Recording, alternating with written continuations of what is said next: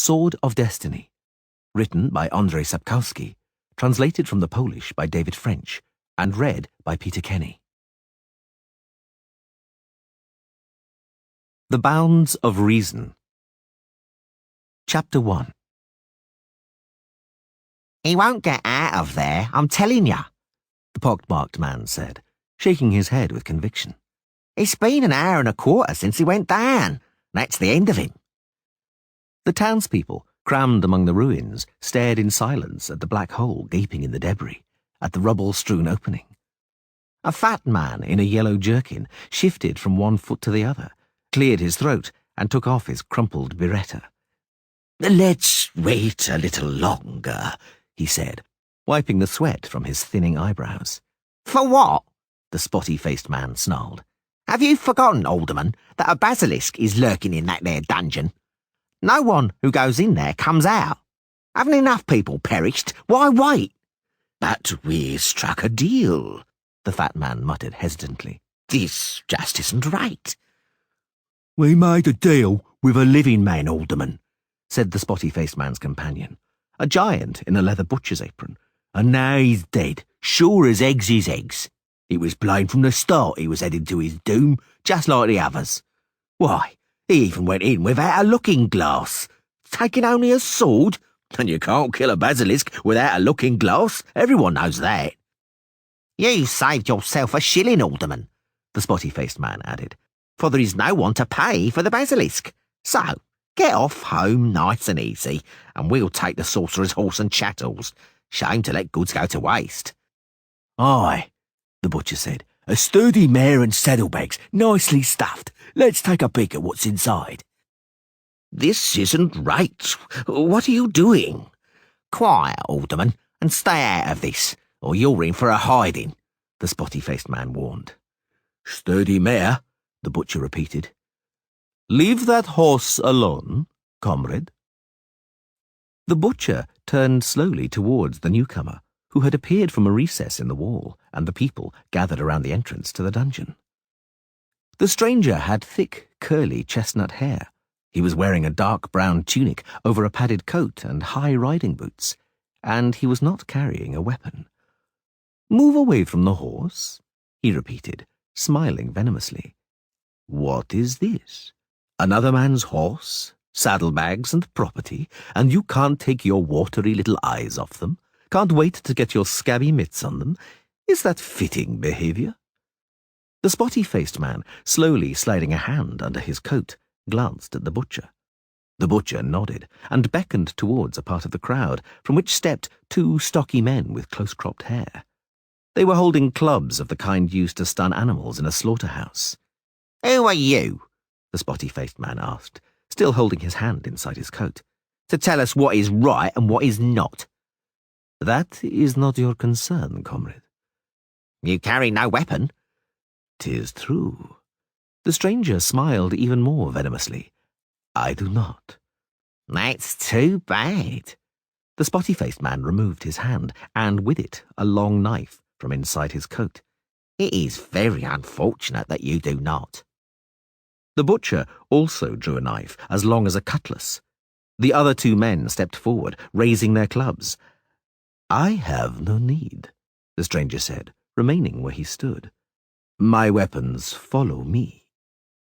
Two young women came out from behind the ruins, treading with soft, sure steps. The crowd immediately parted, then stepped back and thinned out. The two women grinned, flashing their teeth and narrowing their eyes, from whose corners broad tattooed stripes ran towards their ears.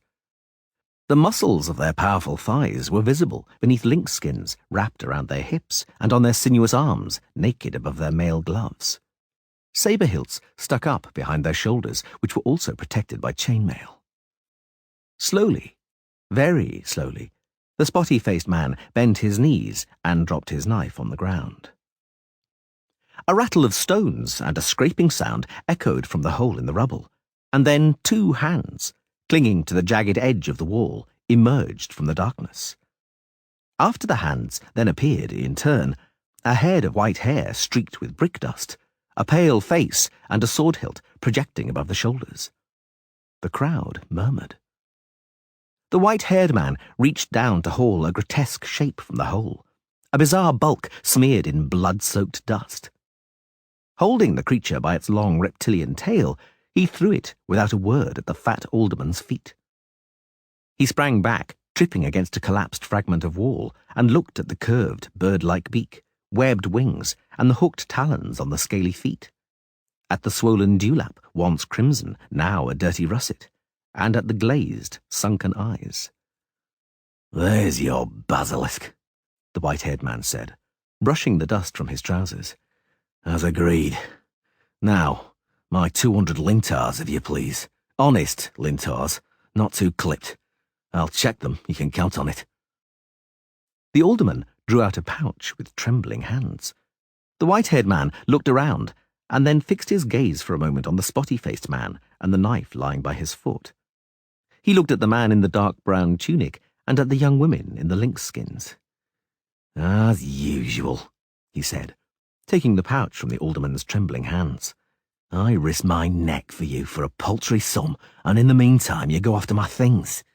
You never change. A pox on the lot of you."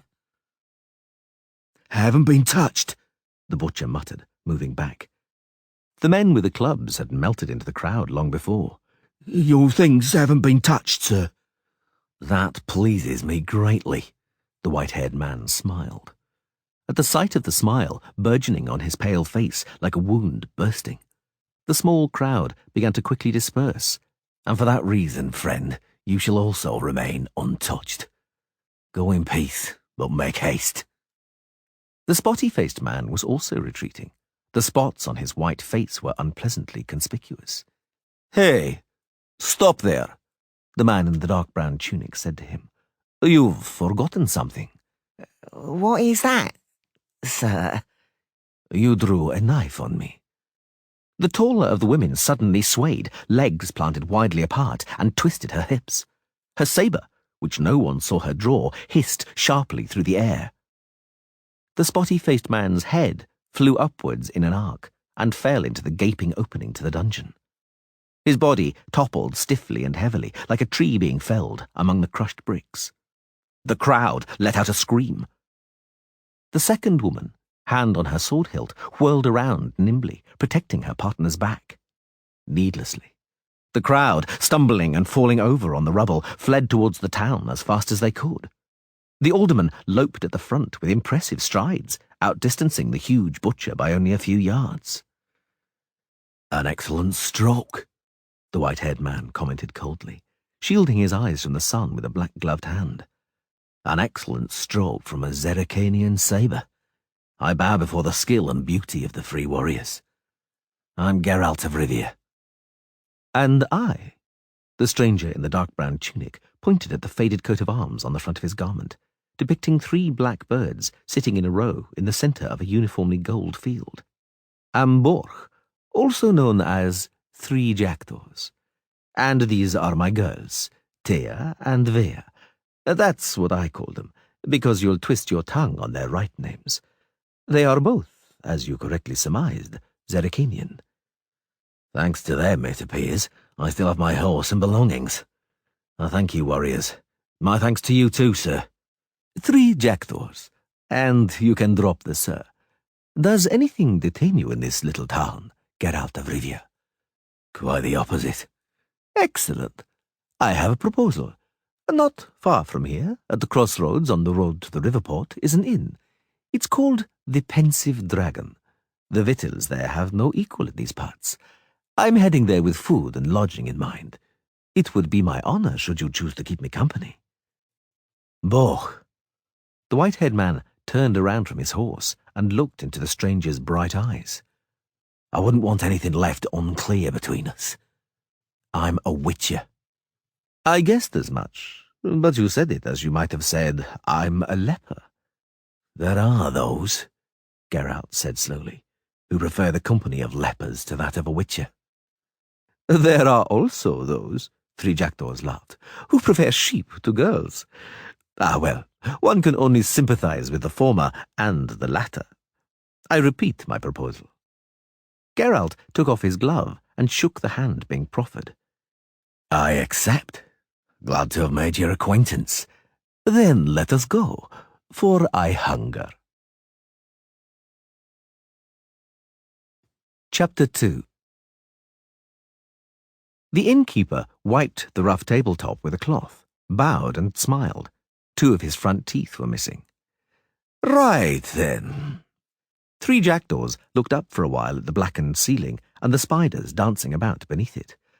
First beer, to save your legs, an entire keg, and to go with the beer. What do you propose with the beer, comrade? Cheese? Risked the innkeeper. No, Boch grimaced. We'll have cheese for dessert. We want something sour and spicy with the beer. At your service. The innkeeper smiled even more broadly. His 2 front teeth were not the only ones he lacked. Elvers with garlic in olive oil and green pepper pods in vinegar or marinated. Very well, we'll take both. And then that soup I once ate here, with diverse mollusks, little fish, and other tasty morsels floating in it. Log driver soup?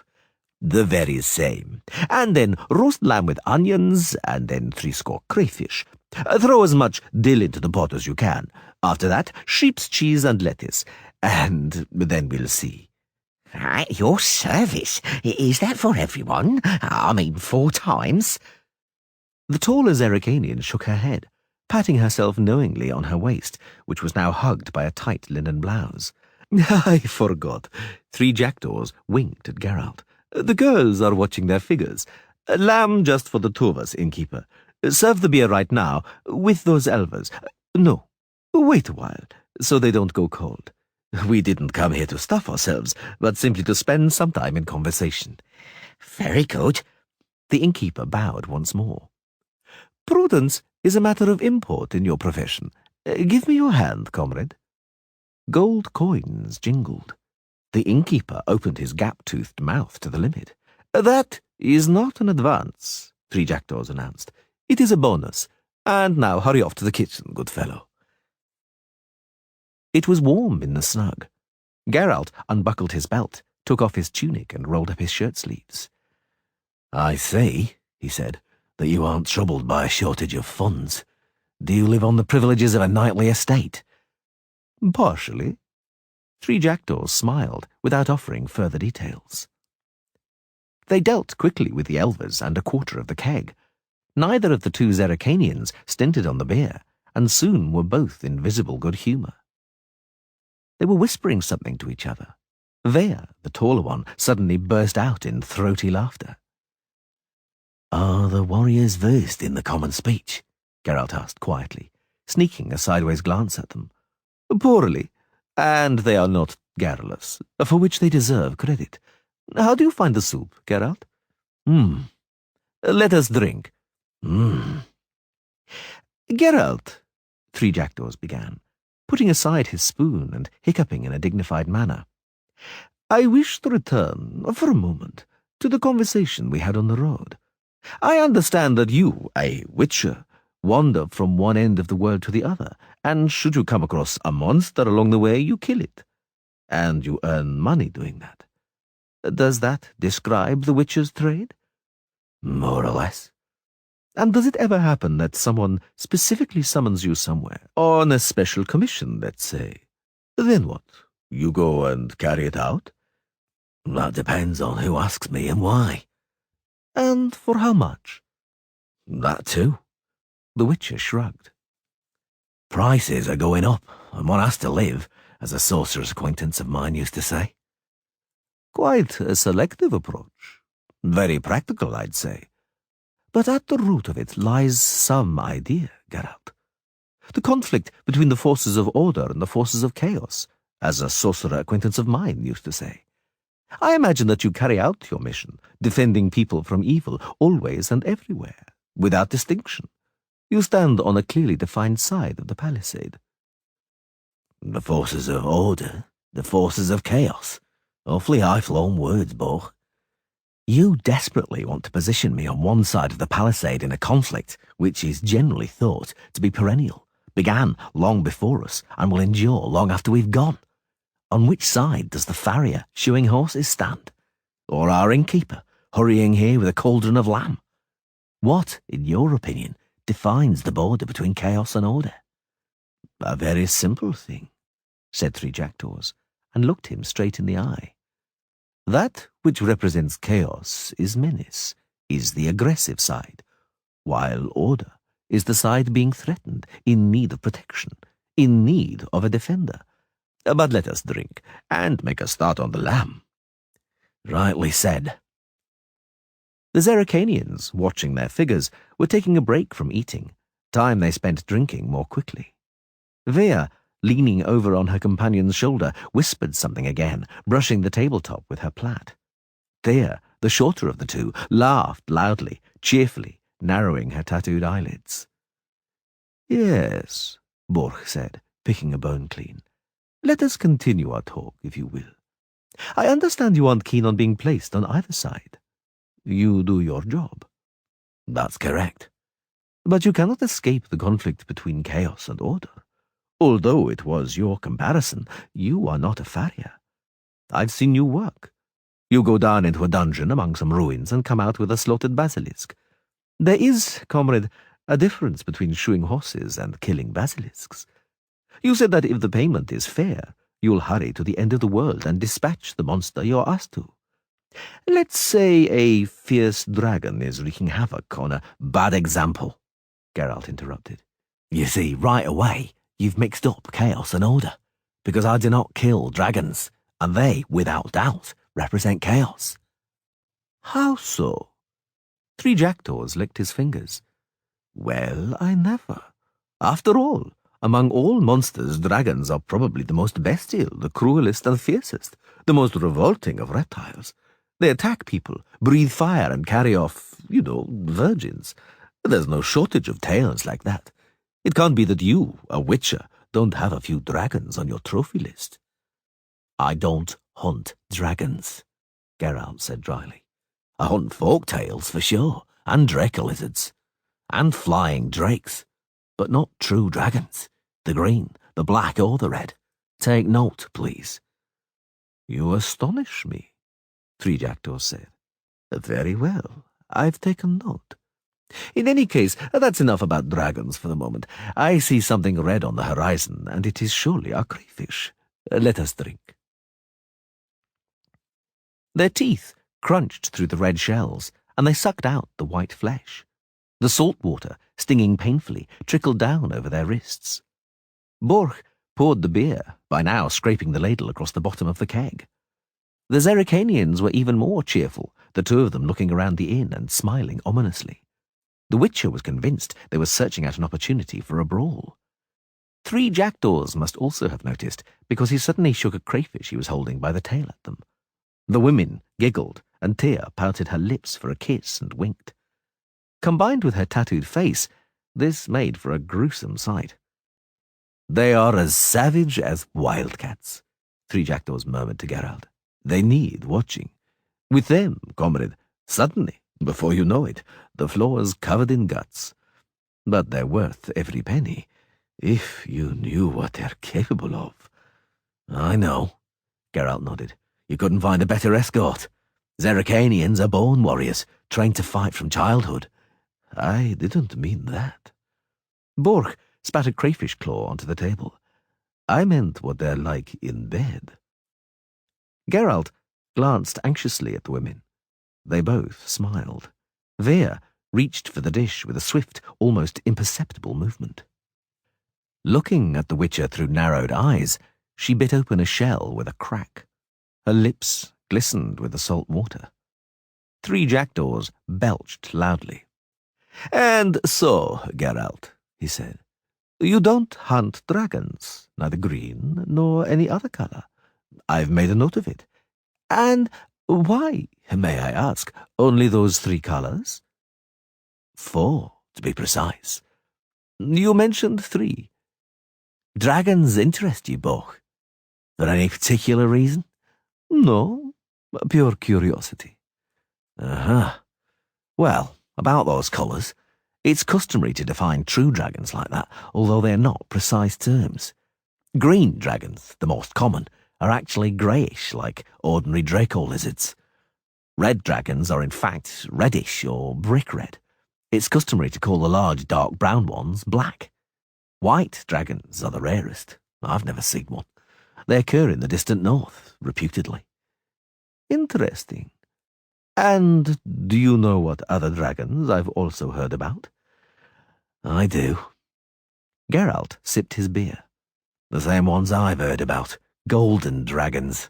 There are no such creatures. On what grounds do you claim that? Because you've never seen one?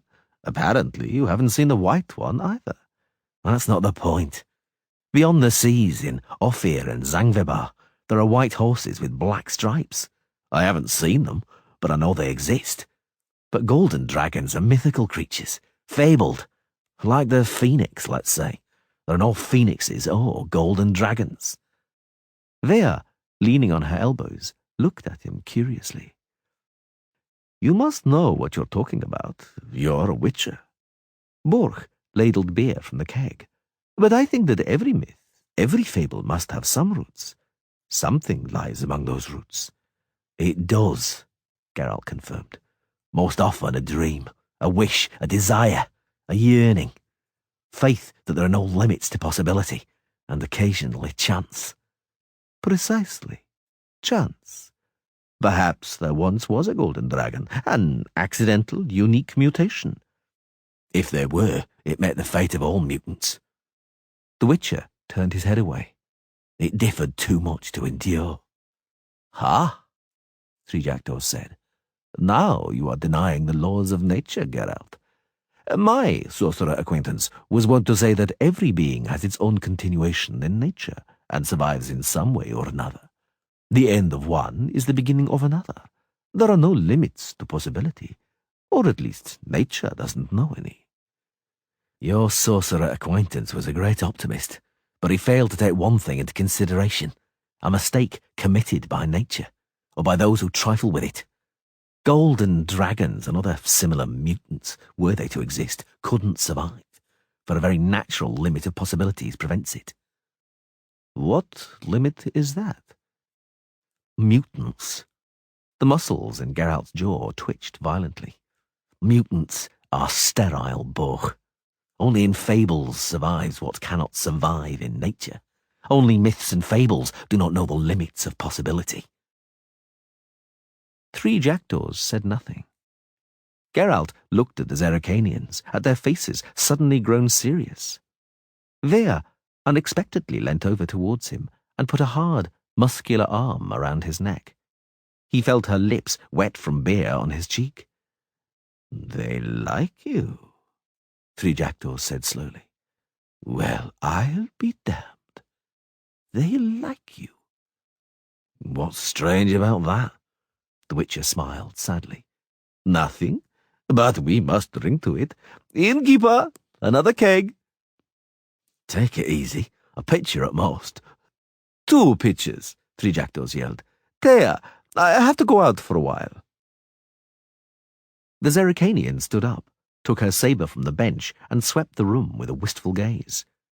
Although previously, as the Witcher had observed, several pairs of eyes had lit up greedily at the sight of Borch's bulging purse, no one seemed in a hurry to go after him as he staggered slightly towards the door to the courtyard. Tyr shrugged, following her employer.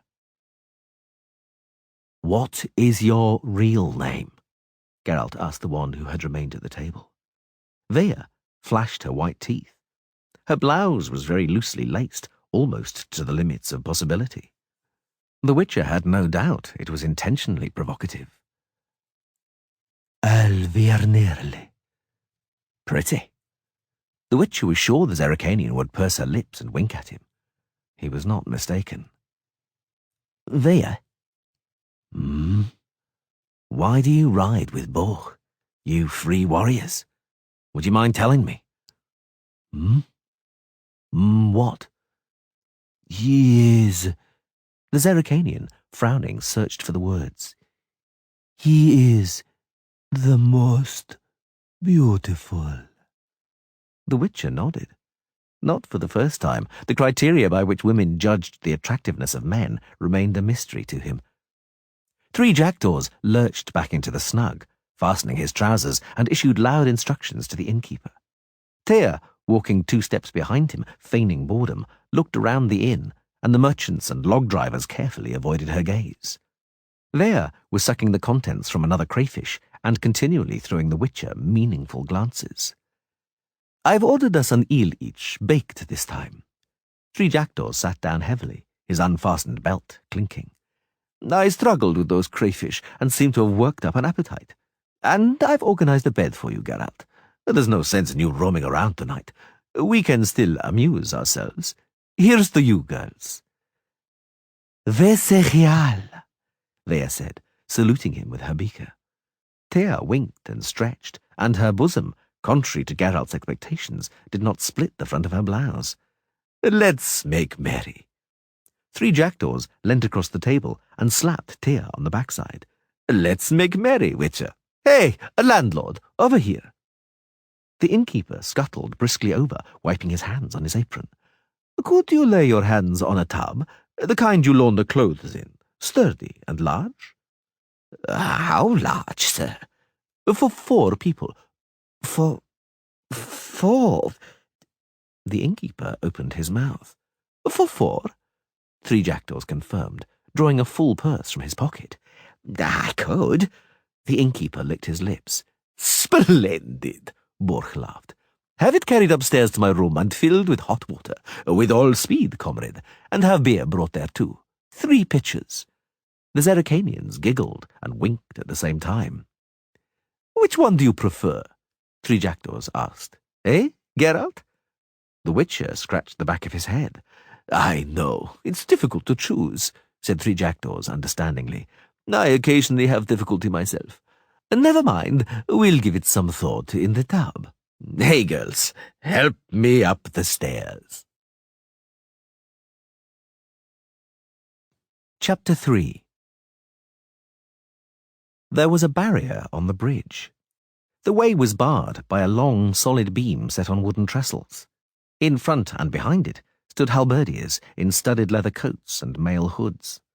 A purple banner bearing the emblem of a silver griffin fluttered lazily above the barrier.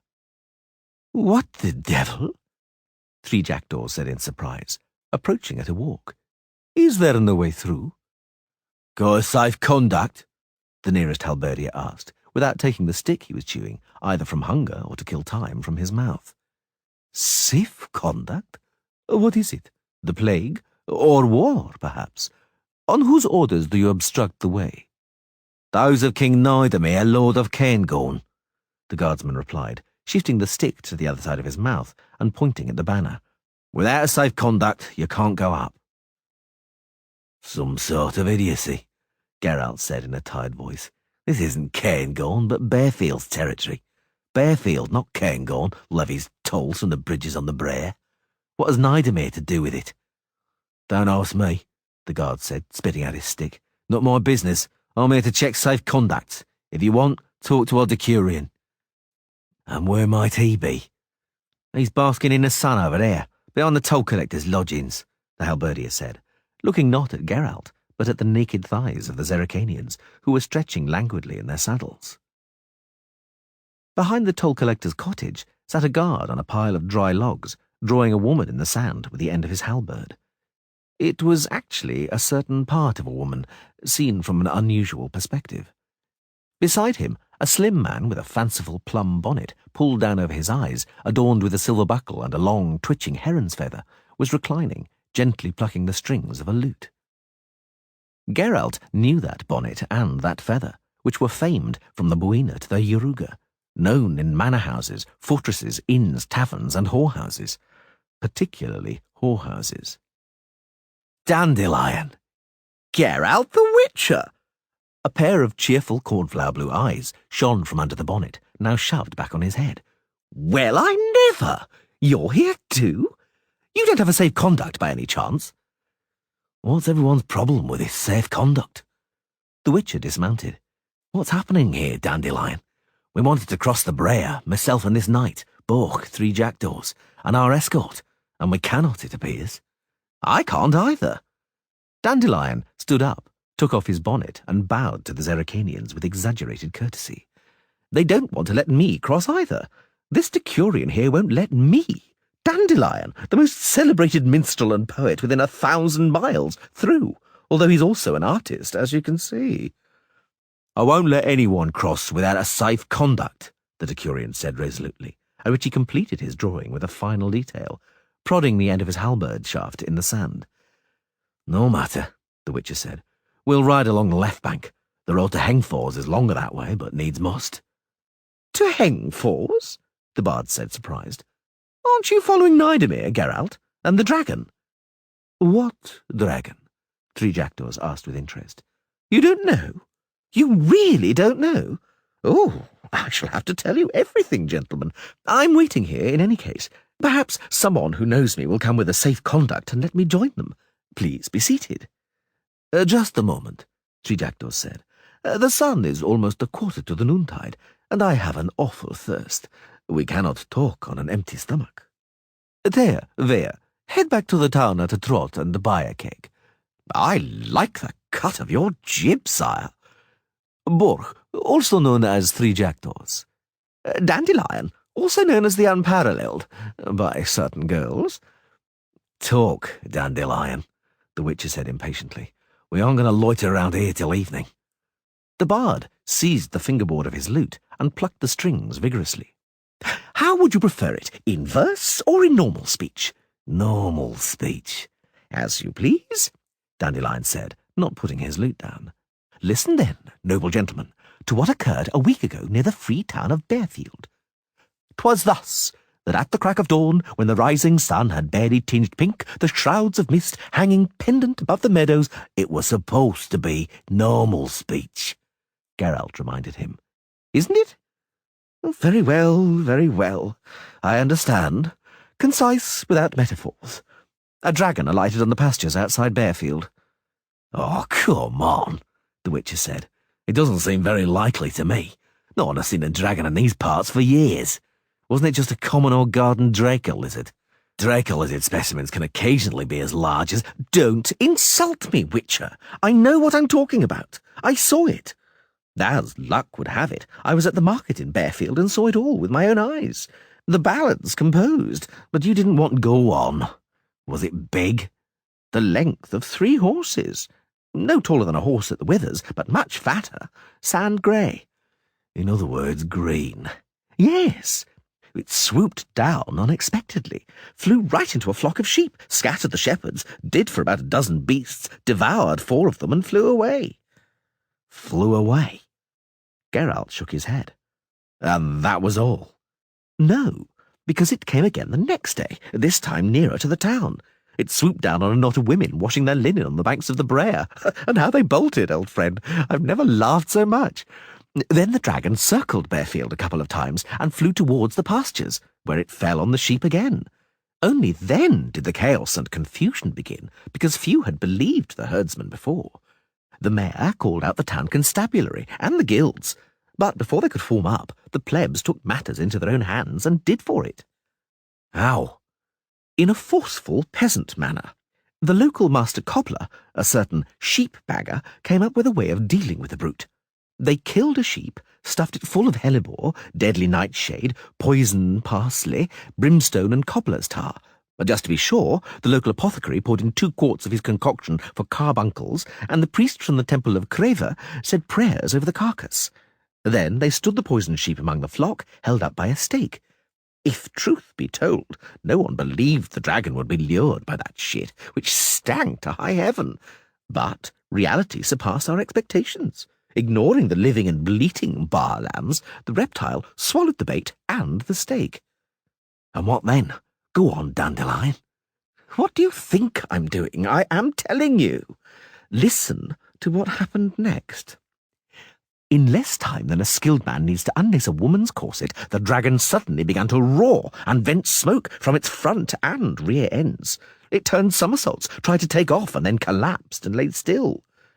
2 volunteers set off to check whether the poisoned reptile was still breathing. It was the local gravedigger and the town half-wit, the fruit of the union between the retarded daughter of a woodcutter and a squad of hired pikemen who marched through Bearfield at the time of Warlord Nelumbo's rebellion. Now you're lying, Dandelion. not lying, just embellishing, and there's a difference. Not much of one. Speak on, we're wasting time. Well then, as I was saying, the gravedigger and the doughty idiot set off as scouts. Afterwards, we built them a small but pleasing burial mound. Aha, Borch said. That means the dragon was still alive. And how? Dandelion said cheerfully. It was alive, but it was so weak it didn't devour either the gravedigger or the half-wit. It just lapped up their blood. And then, to general consternation, it flew away, taking flight with some difficulty. Every furlong it fell with a clatter and then rose again. It walked occasionally, dragging its back legs. Some courageous individuals followed it, keeping it in view. And do you know what? Speak, Dandelion. The dragon disappeared among the ravines of the Kestrel Mountains, near the source of the Brer, and hid in the caves there.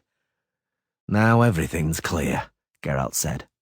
The dragon has probably lived in those caves for centuries, in a state of torpor. I've heard of cases like that, and his treasure hoard must be there too. Now I know why they're blocking the bridge. Someone wants to get his greedy hands on the treasure, and that someone is Nidomir of Cairngorm. Exactly, the troubadour confirmed. The whole of Bearfield is fair seething for that reason, because they claim that the dragon and its hoard belongs to them. But they hesitate to cross Nidomir. Nidomir's a young whelp who hasn't started shaving, but he's already proved it doesn't pay to fall foul of him, and he wants that dragon like the very devil, which is why he's reacted so fast. Wants the treasure, you mean? Actually, more the dragon than the treasure, for you see, Nidomir has his eye on the kingdom of Maliore. A princess of a, so to speak, beddable age was left there after the sudden and odd death of the prince. The noblemen of Maliore look on Nidomir and the other suitors with reluctance, for they know that the new ruler will keep them on a short leash, unlike the callow princess. So they dug up some dusty old prophecy saying that the mitre and the lass's hand belong to the man who vanquishes the dragon. Because no one has seen a dragon there for ages, they thought they were safe. Nidomir, of course, laughed at the legend, took Maliore by force, and that was that. But when the news of the Bearfield dragon got out, he realised he could hoist the Maliore nobility by their own petard. If he showed up there clutching the dragon's head, the people would greet him like a monarch sent by the gods, and the nobleman wouldn't dare breathe a word. Does it surprise you, then, that he rushed after the dragon like a scalded cat?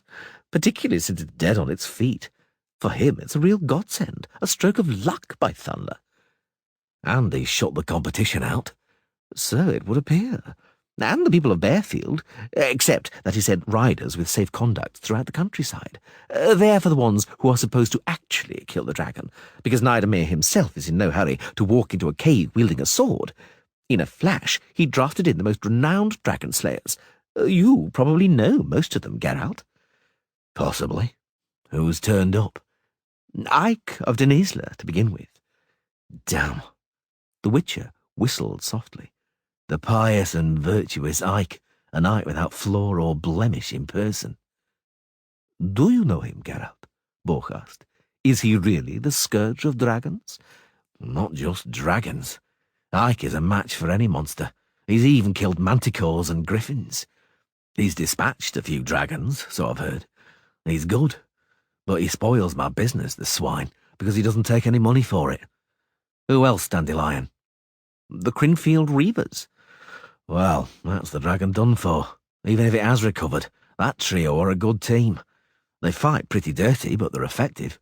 They've wiped out all the Draco lizards and folktails in Redania, not to mention 3 red and 1 black dragon, which they also dispatched, and that's no mean feat. Is that everybody? No. 6 dwarves under the command of Yarpin Zigrin have joined in. I don't know him. But you have heard of the dragon Ockvist from Quartz Mountain? Yes, and I saw some gemstones from its hoard. There are sapphires of remarkable colour and diamonds as large as cherries. Well, know you that, because Yarpen Zigrid and his dwarves did for Ockvist. A ballad was composed about it, but it was lousy because it wasn't one of mine. You've missed nothing if you haven't heard it.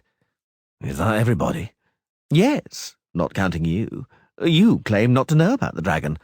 Who knows? Perhaps that's true. But now you do. Well?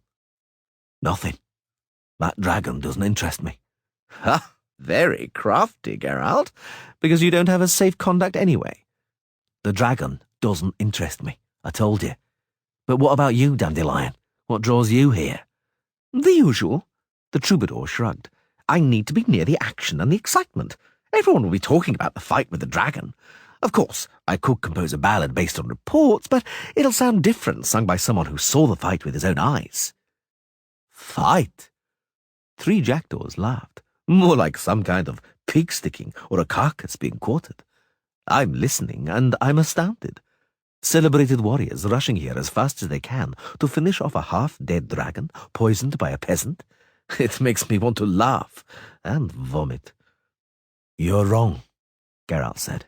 If the dragon hasn't expired from the poison, its constitution has probably already fought it off, and it's back at full strength. It actually doesn't make much difference. The Crinfrid Reavers will kill it anyway, but it'll put up a fight, if you want to know. So you're betting on the Reavers, Geralt? Naturally. Don't be so sure. The artistic guard, who'd been silent up to then, spoke up. A dragon is a magical creature, and you can't kill it any other way than with spells. If anybody can deal with it, then it's that sorceress who rode through yesterday. Who was that? Geralt cocked his head. The sorceress, the guard repeated. I told you. Did she give her name? She did, but I've forgotten it. She had a safe conduct. She was young, comely in her own way, but those eyes. You know how it is, sire. You come over all cold when they look at you. Know anything about this, Dandelion? Who could it be? No, the bard grimaced. Young, comely, and those eyes. Some help that is. They're all like that. Not one of them that I know, and I know plenty, looks older than 25, 30. Though some of them, I've heard, can recall the times when the forest soughed as far as where Novigrad stands today. Anyway, what are elixirs and mandrake for? And they also sprinkle mandrake in their eyes to make them shine, as women will. Was her hair red? The Witcher asked. No, sire, the Decurion said. Coal black. And her horse, what colour was it? Chestnut with a white star? No, black, like her hair. Well, gentlemen, I'm telling you, she'll kill the dragon. A dragon's a job for a sorcerer. Human strength isn't enough against it. I wonder what the cobbler sheepbagger would have to say about that, Dandelion laughed. If he'd had something stronger to hand than hellebore and deadly nightshade, the dragon's skin would be drying on the Bearfield stockade, the ballad would be ready, and I wouldn't be fading in this sun. Why exactly didn't Nidomir take you with him? Geralt asked, looking askance at the poet. You were in Bearfield when he set off, after all. Could it be that the king doesn't like artists? How come you're fading here instead of strumming an air by the royal stirrups? The cause was a certain young widow, Dandelion said dejectedly. The hell with it. I tarried, and the next day Nidomir and the others were already over the river. They even took that sheep-bagger with them, and some scouts from the Bearfield Constabulary. They just forgot about me. I've explained it to the Decurion, but he keeps repeating, if there's a safe conduct, I'll let you through, the halberdier said dispassionately, relieving himself on the wall of the toll-collector's cottage. If there isn't, I don't let you through. I've got me orders. Oh, 3 jackdaws interrupted him. The girls are returning with the beer. And they aren't alone, Dandelion added, standing up. Look at that horse, big as a dragon. The Zerricanians galloped up from the birchwood, flanking a rider sitting on a large, restless warhorse. The Witcher also stood up. The rider was wearing a long purple velvet caftan with silver braid and a short coat trimmed with sable fur.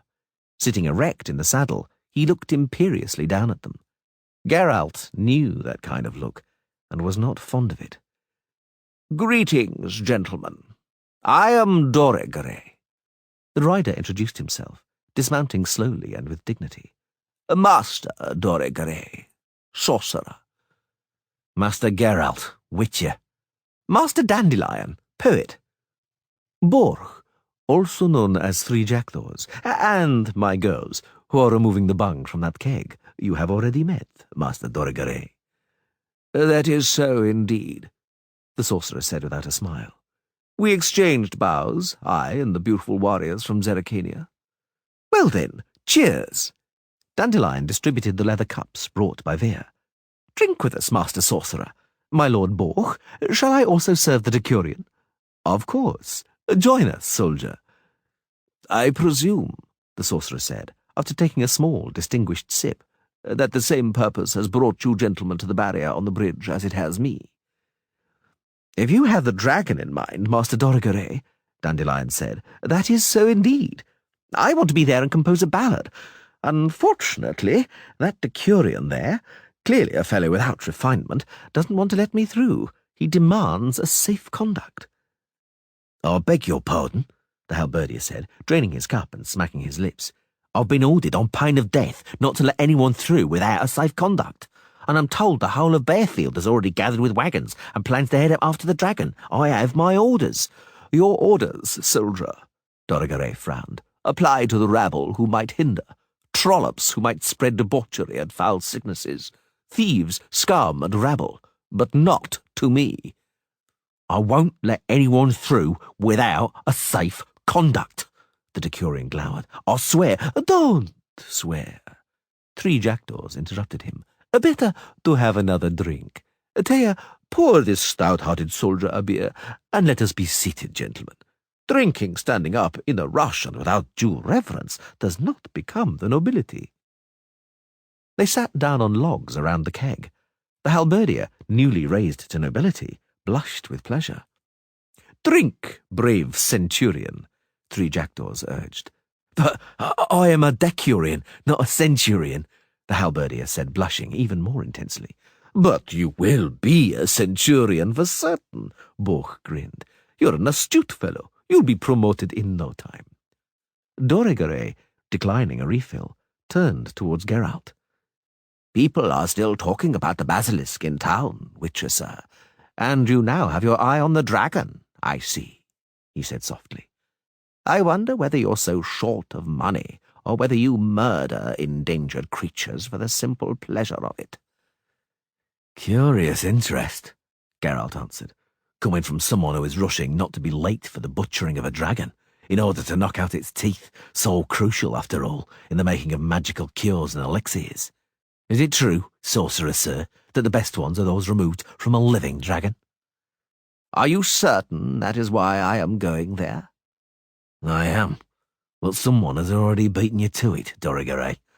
A female companion of yours has already gone through with a safe conduct, which you don't have. She is black-haired, if that's of any interest to you."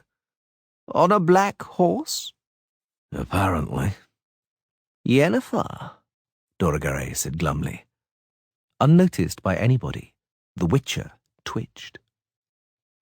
A silence fell, broken only by the belching of the future centurion. "Nobody without a safe conduct. Will 200 lintar suffice?"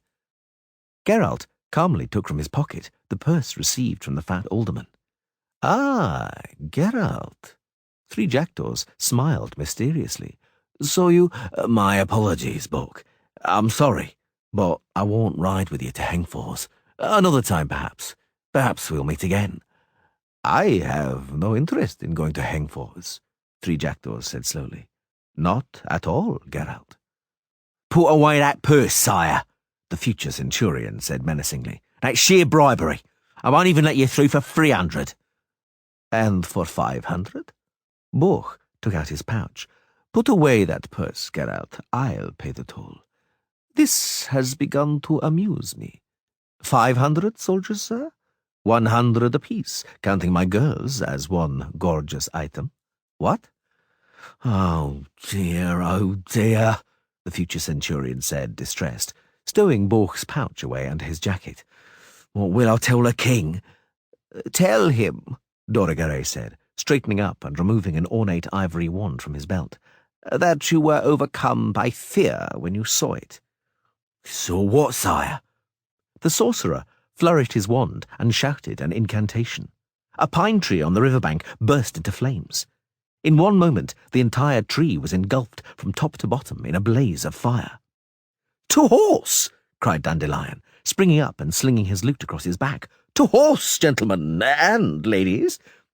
"Raise the barrier!" The rich decurion, with a good chance of becoming a centurion, shouted to the halberdiers. On the bridge, beyond the barrier, Vea reined in her horse. It skittered, hooves thudding on the planking. The woman, tossing her plaits, screamed piercingly. "That's right, Vea," 3 jackdaws shouted back. "Onwards, my lords, to horse! We'll ride in the Zeracanian fashion, with a thundering and a yelling." Chapter 4. "Well, just look," said the oldest of the reavers, Boholt, massive and burly, like the trunk of an old oak tree. "So, Nidomir didn't chase you away, my good sirs, though I was certain he would. But it's not for us paupers to question royal commands. Join us by the campfire. Make yourselves a pallet, boys. And between you and me, Witcher, what did you talk to the king about?" "About nothing," Geralt said, making himself comfortable by leaning back against his saddle, which he had dragged over beside the fire. "He didn't even come out of his tent to talk to us. He just sent that flunky of his. What's his name?" "Gillenstern," said Jarpen Zigrin, a stocky, bearded dwarf who was rolling a huge resinous tree stump he had dragged from the undergrowth into the fire. "Pompous upstart, fat hog. When we joined the hunt, he came over, nose stuck up towards the heavens. 'Pooh, pooh, remember, you dwarves,' he says. 'Who's in command? Who you have to obey? King Nidomir gives the orders here, and his word is law,' and so on. I stood and listened, and I thought to myself, I'll have my lads knock him to the ground, and I'll piss all over his cape. But I dropped the idea, you know, because word would get around again the dwarves are nasty, that we're aggressive, that they're horse sons, and it's impossible to live with them in, what the hell was it? Ammonium, or wherever it was. And right away there'd be another pogrom somewhere, in some little town or other, so I just listened politely and nodded." "It looks like that's all Lord Gillenstern knows," Geralt said, "because he said the same to us, and all we did was nod too." "And I reckon," the second reaver said, spreading a blanket over a pile of brushwood, "it was a bad thing Nidomir didn't chase you away. Doesn't bear thinking how many people are after this dragon. Swarms of them. It's not a hunting expedition no more. It's a funeral procession. I need elbow room when I'm fighting." "Come off it, Gar," Boholt said. "The more the merrier. What, never hunted a dragon before? There's always a swarm of people behind a dragon, a noisy rabble, a veritable bordello on wheels. But when the reptile shows up, guess who's left standing in the field? Us, that's who." Boholt was silent for a moment, took a long draw from a large wicker-bound demijohn, blew his nose loudly and coughed. "Another thing," he continued. "In practice, it's often only after the dragon's been killed that the merrymaking and bloodletting begins and the heads start rolling. It's only when the treasure's being shared out that the hunters go for each other's throats. Right, Geralt? Boy, am I right? Witcher, I'm talking to you." "I'm aware of cases like that," Geralt concurred dryly. "Aware, you say? No doubt from hearsay, because I can't say I've ever heard of you stalking a dragon. Never in all my born days have I heard of a witcher hunting dragons, which makes it all the stranger you're here." "True," drawled Kennet, also known as Beanpole, the youngest reaver. "That's strange.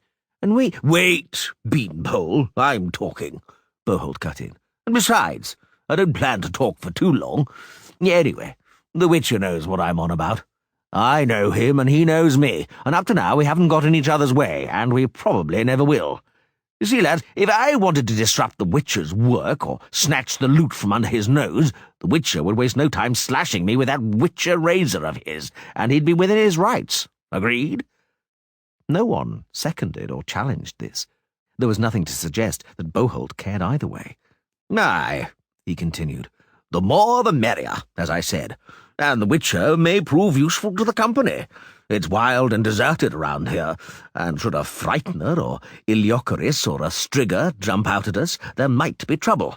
But if Geralt's standing by, there won't be any trouble, because that's his speciality. But dragons aren't his speciality. Right?" Once more, no one seconded or challenged this. "Lord Three Jackdaws is with Geralt," continued Boholt, handing the demijohn to Jarpen, "and that's enough of a guarantee for me. So, who's bothering you, Gar, Beanpole? Can't be Dandelion, can it? Dandelion? Yarpen said, passing the demijohn to the bard. Always tags along whenever something interesting's happening, and everybody knows he doesn't interfere, doesn't help, and won't slow the march down. Bit like a bird on a dog's tail, right, boys? The boys, stocky, bearded dwarves, cackled, shaking their beards. Dandelion pushed his bonnet back and drank from the demijohn. Bloody hell! He groaned, gasping for air. It takes your voice away. What was it distilled from? Scorpions? There's one thing irking me, Geralt, Beanpole said, taking the demijohn from the minstrel, and that's you bringing that sorcerer along. We can hardly move for sorcerers. That's true, the dwarf butted in. Beanpole's right. We need that Dorogary like a pig needs a saddle. For some time now we've had our very own witch, the noble Yennefer. Ugh. He spat her name. Yes, indeed, Boholt said, scratching himself on his bull neck, from which a moment earlier he'd unfastened a leather collar, bristling with steel studs. There are too many sorcerers here, gentlemen. Too many, to be precise, and they're a sight too thick with our Nidemere. Just look, we are under the stars around a fire, and they, gentlemen, are in the warm, plotting in the royal tent, the cunning foxes. Nidemere, the witch, the wizard, and Gillenstern. And Yennefer's the worst. And do you want to know what they're plotting? How to cheat us, that's what. Ain't stuffing themselves with venison, Beanpole interjected gloomily. And what did we eat? Marmot. And what's a marmot, I ask you? A rat, nothing else. So what have we eaten? Rat. Never mind, Gar said. We'll soon be sampling dragon's tail. There's nothing like dragon's tail roasted over charcoal.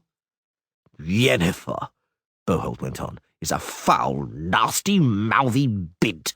Not like your lasses, Lord Bork. They are quiet and agreeable. Just look, they've sat down by the horses.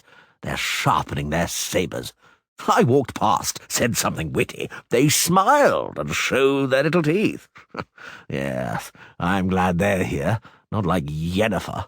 All she does is scheme and scheme. And I tell you, we have to watch out, because we'll end up with shit all from our agreement. What agreement, Boholt? Well, Yarpen, do we tell the Witcher? Ain't got nothing against it, the dwarf answered. There's no more booze, Beanpole interjected, turning the demijohn upside down. Get some, then. You're the youngest, my lord.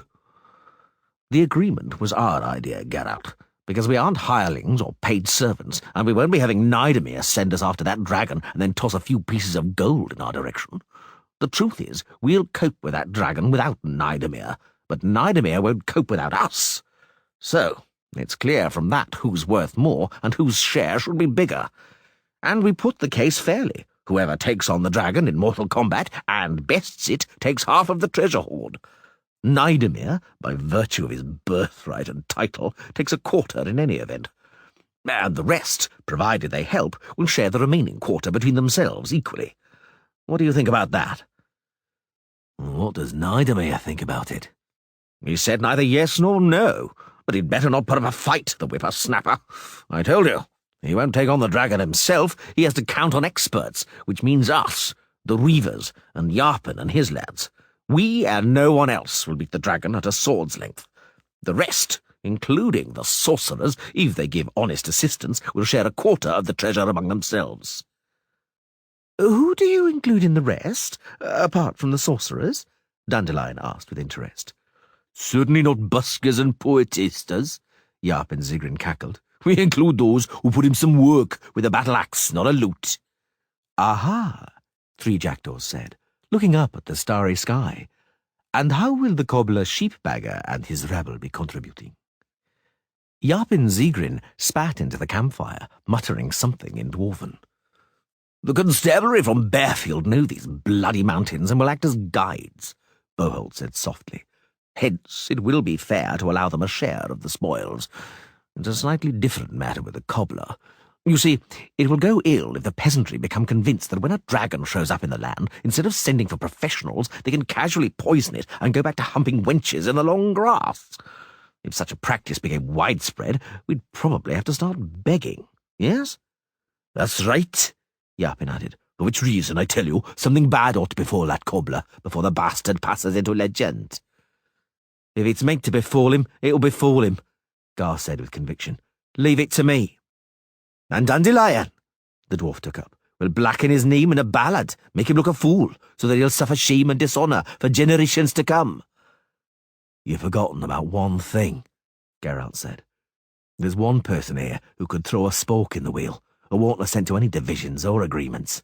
I mean, Ike of Denaisley. Have you talked to him? What about? Boholt said, grinding his teeth, using a stout stick to move the logs around in the campfire. You won't get anywhere with Ike, Geralt. He knows nothing about business. As we rode up to your camp, Trijactor said, we met him. He was kneeling on the rocks in full armour, staring at the sky. He's always doing that, Beanpole said. He's meditating or saying his prayers. He says he must, because he has orders from the gods to protect people from evil. Back home in Crinfrid, Boholt muttered, we keep people like that on a chain in the cowshed and give them a piece of coal so they can draw outlandish pictures on the walls. But that's enough gossip about my neighbours. We are talking business. A petite young woman with black hair, held tightly by a gold hairnet, wrapped in a woolen cloak, noiselessly entered the circle of light. What reeks so much round here? Yapin Zigrin asked, pretending not to see her. Not brimstone, is it? No. Boholt, glancing to the side and sniffing pointedly. It's musk or some other scent. No, it has to be. The dwarf grimaced. Oh, why, it's the noble Madame Yennefer. Welcome, welcome. The sorceress's eyes slowly swept over the company, her shining eyes coming to rest for a while on the Witcher. Geralt smiled faintly. May I join you? But of course, good lady, Boholt said and hiccuped. Sit down here on the saddle. Move your ass, Kennet, and give the noble sorceress the saddle. From what I hear, you're talking business, gentlemen. Yennefer sat down, stretching out her shapely black-stockinged legs in front of her. Without me? We didn't dare, Yapin Zigrid said. Trouble such an important personage. It would be better, Yapin. Yennefer narrowed her eyes, turning her head towards the dwarf. If you kept quiet. From the very first day, you've been treating me as if I were nothing but air. So please continue. Don't let me bother you, because it doesn't bother me either. Really, my lady? Yapin's smile revealed uneven teeth. May I be infested by ticks if I haven't been treating you better than the air? I've been known, for example, to spoil the air, which there's no way I dare to do in your presence. The bearded boys roared with thunderous laughter, but fell silent immediately at the sight of the blue glow which suddenly enveloped the sorceress. One more word, and you'll end as spoiled air, Yapin, Yennefer said, in a voice with a metallic edge, and a black stain on the grass. Indeed. Boholt cleared his throat, relieving the silence that had fallen. Quiet, Zigrin. Let's hear what Madame Yennefer has to say to us. She just complained that we're talking about business without her, from which I conclude she has some kind of offer for us. Let's hear, my lords, what kind of offer it is, as long as she doesn't suggest killing the dragon by herself using spells. And what if I do? Yennefer raised her head. Don't think it's possible, Boholt. It might be possible, but it's not profitable, because you'd be certain to demand half the dragon's hoard. At least half, the sorceress said coldly. Well, you see for yourself there's no profit in it for us. We, my lady, are poor warriors, and if the loot passes us by, hunger will come beckoning.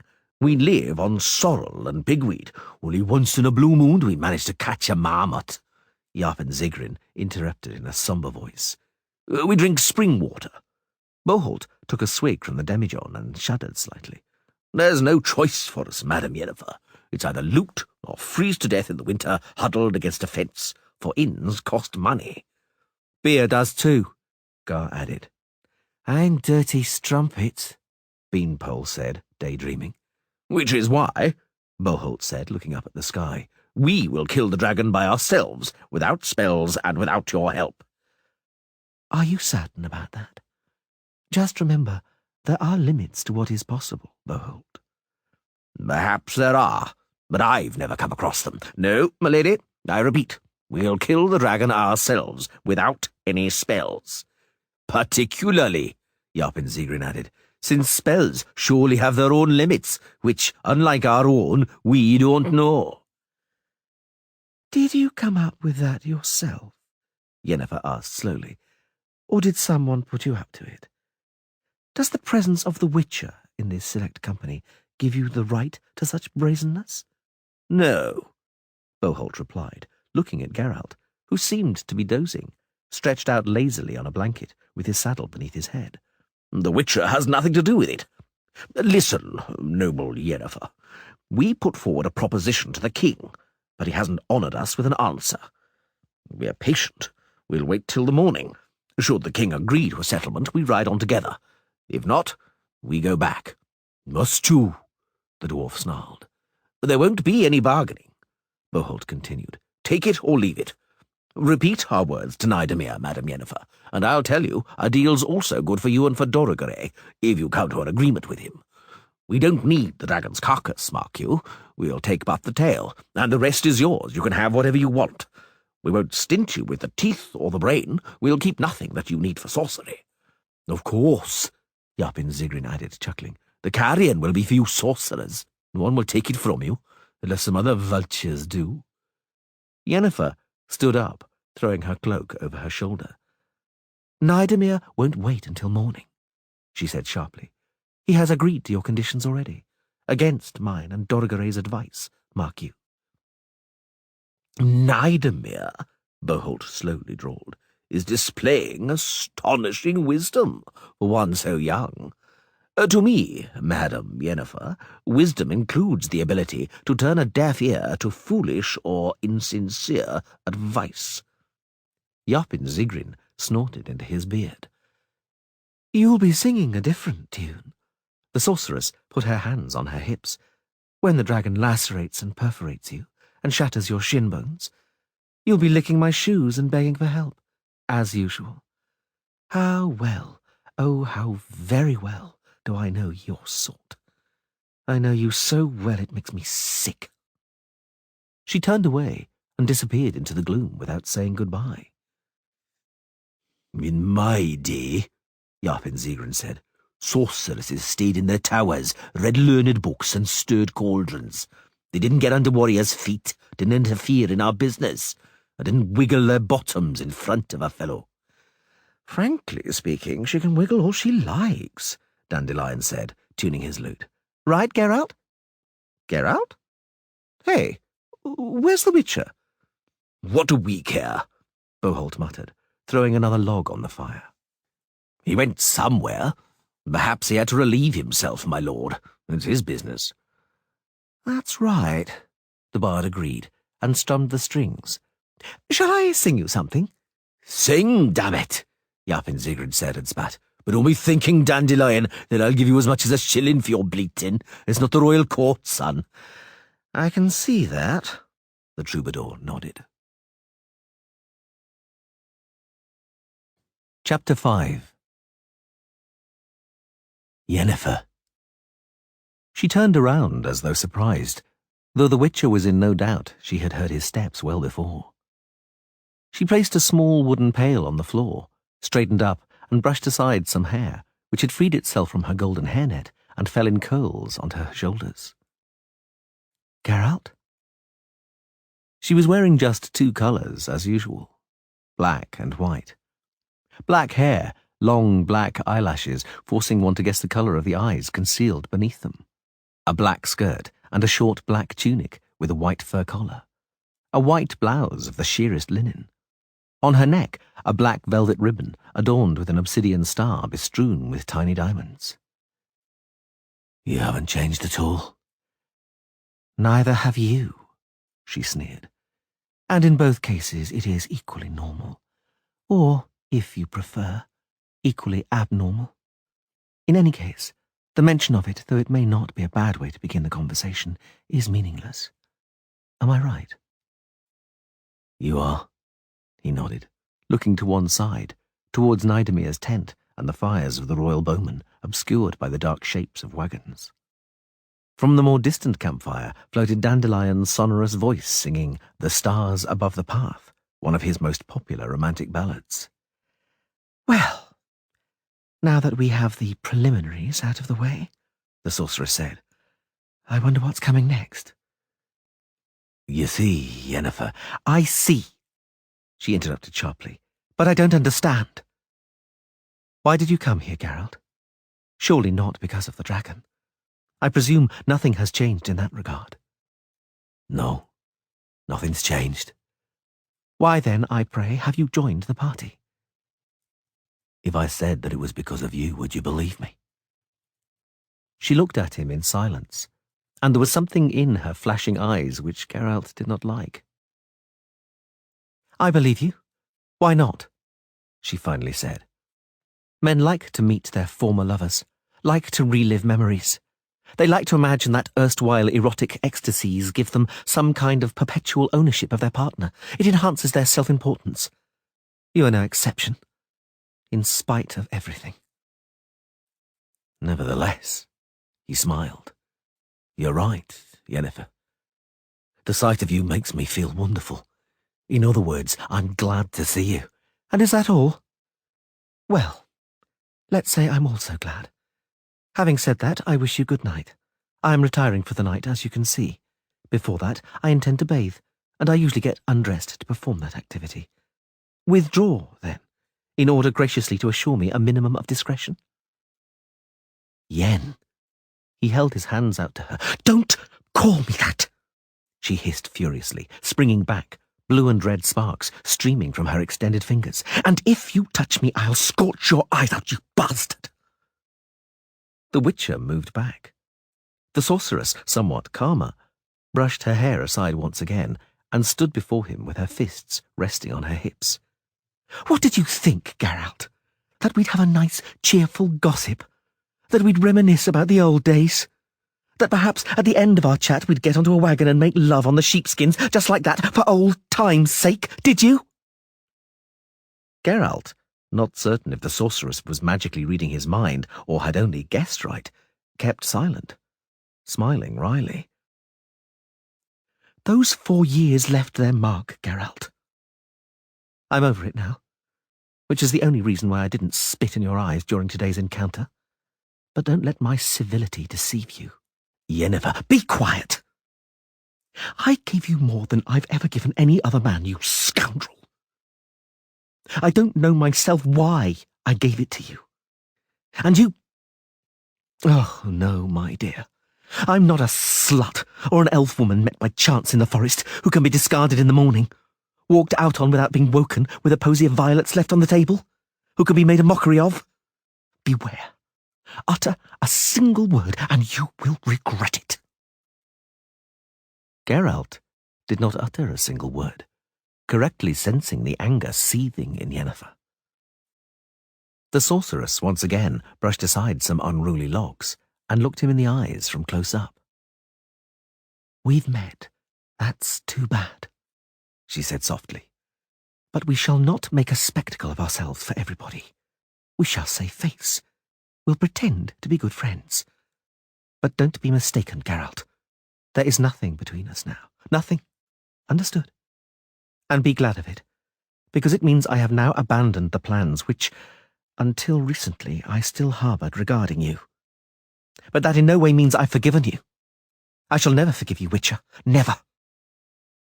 She turned around suddenly, seized the pail, spraying water around, and disappeared behind a wagon. Geralt chased away a mosquito whining above his ear, and slowly walked back towards the campfire, where Dandelion's performance was being rewarded with half-hearted applause. He looked up at the dark blue sky above the black, serrated saw-blade of the mountain peaks.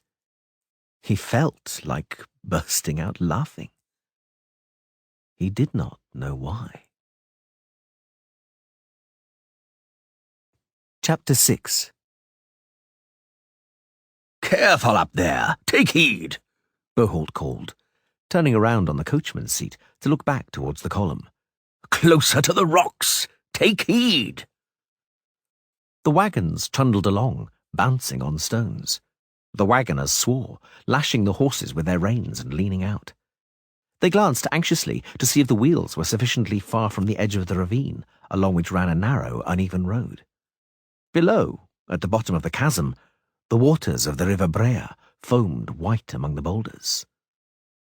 Geralt reined back his horse, pressing himself against the rock wall, which was covered with sparse brown moss and white lichen. He let the Reaver's wagon overtake him.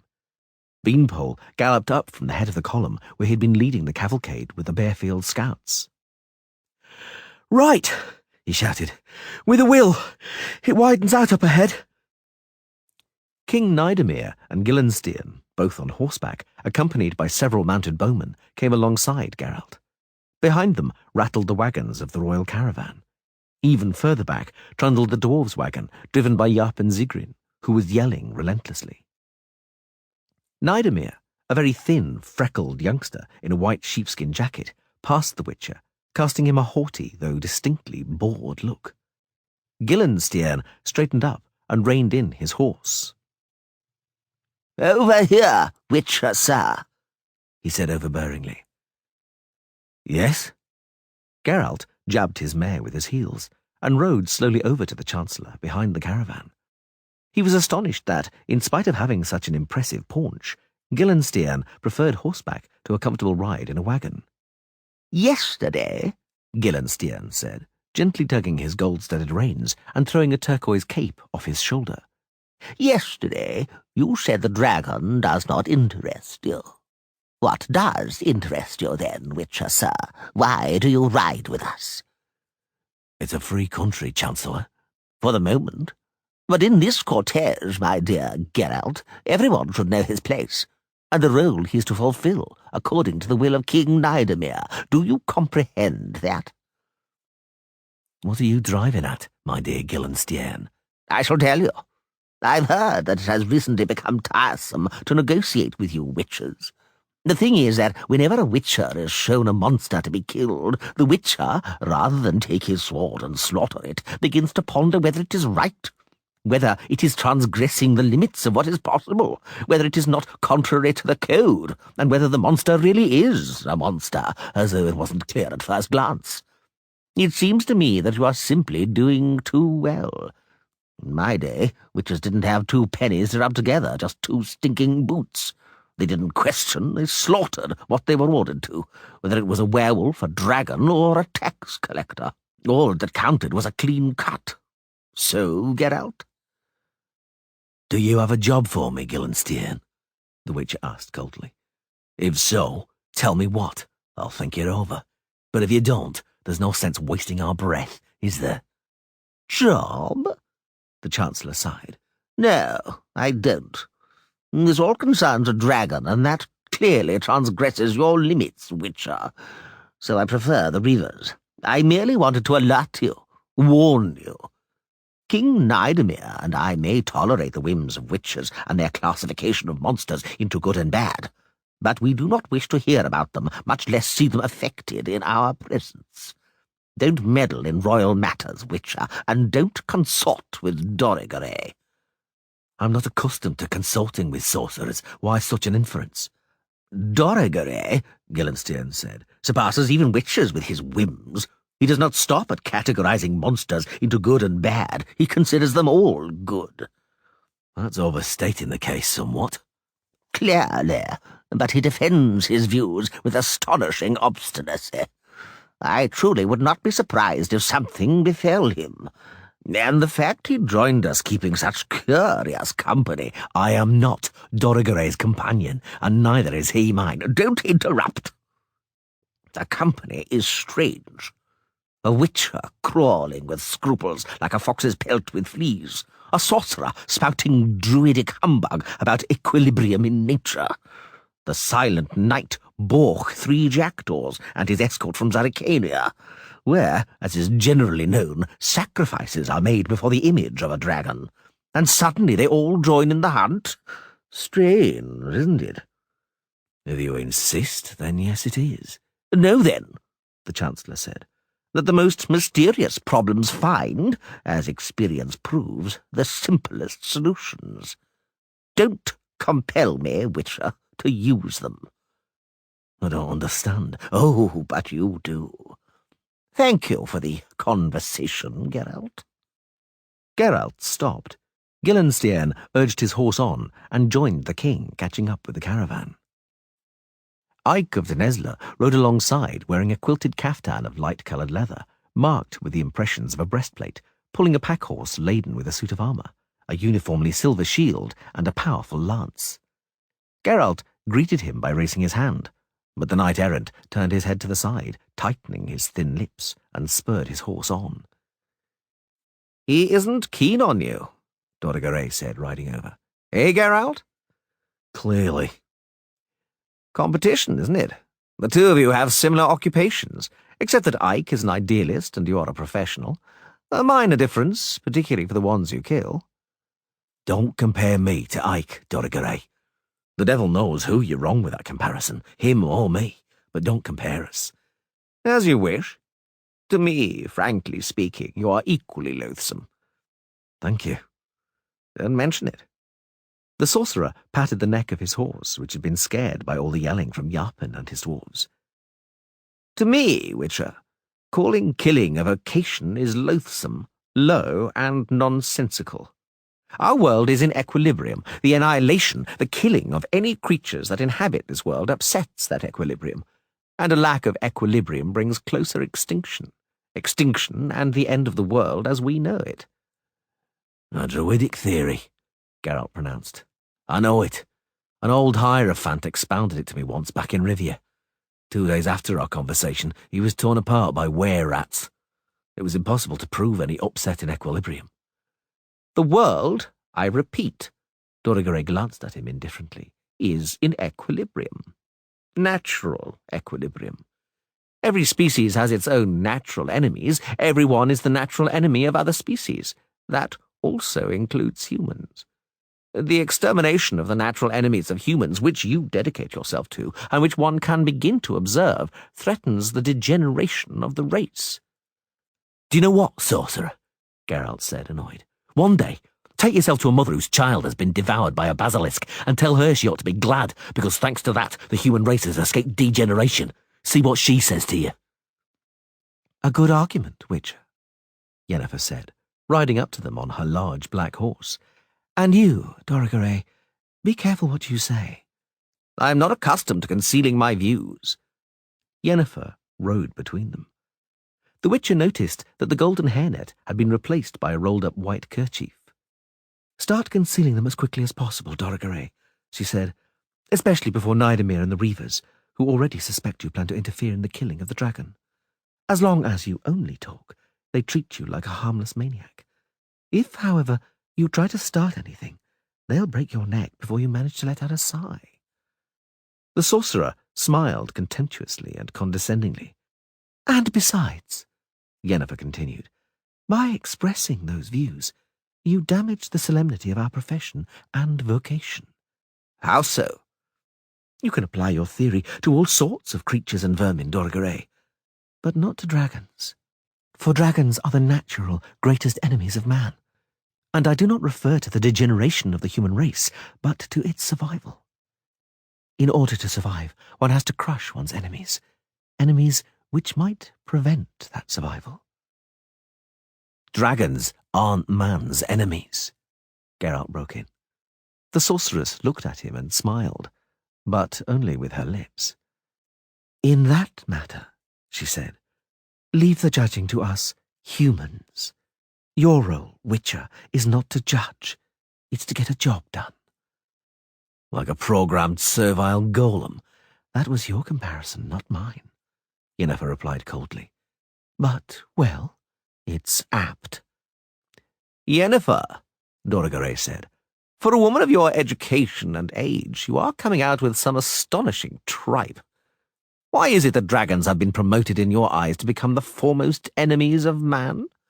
Why not other, 100-fold more dangerous creatures, those that have 100-fold more victims on their consciences than dragons? Why not hiricas, forktails, manticores, amphisbaenas, or griffins? Why not wolves? I'll tell you why not. The advantage of men over other races and species, the fight for their due place in nature, for living space, can only be won when nomadism, wandering from place to place in search of sustenance in accordance with nature's calendar, is finally eliminated. Otherwise, the proper rhythm of reproduction will not be achieved, since human children are dependent for too long. Only a woman, safe and secure behind town walls or in a stronghold, can bear children according to the proper rhythm, which means once a year. Fecundity, Dorigere, is growth, is the condition for survival and domination. And now we come to dragons. Only a dragon, and no other monster, can threaten a town or stronghold. Were dragons not to be wiped out, people would, for their own safety, disperse instead of cleaving together, because dragons' fire in a densely populated settlement is a nightmare, means hundreds of victims and terrible destruction.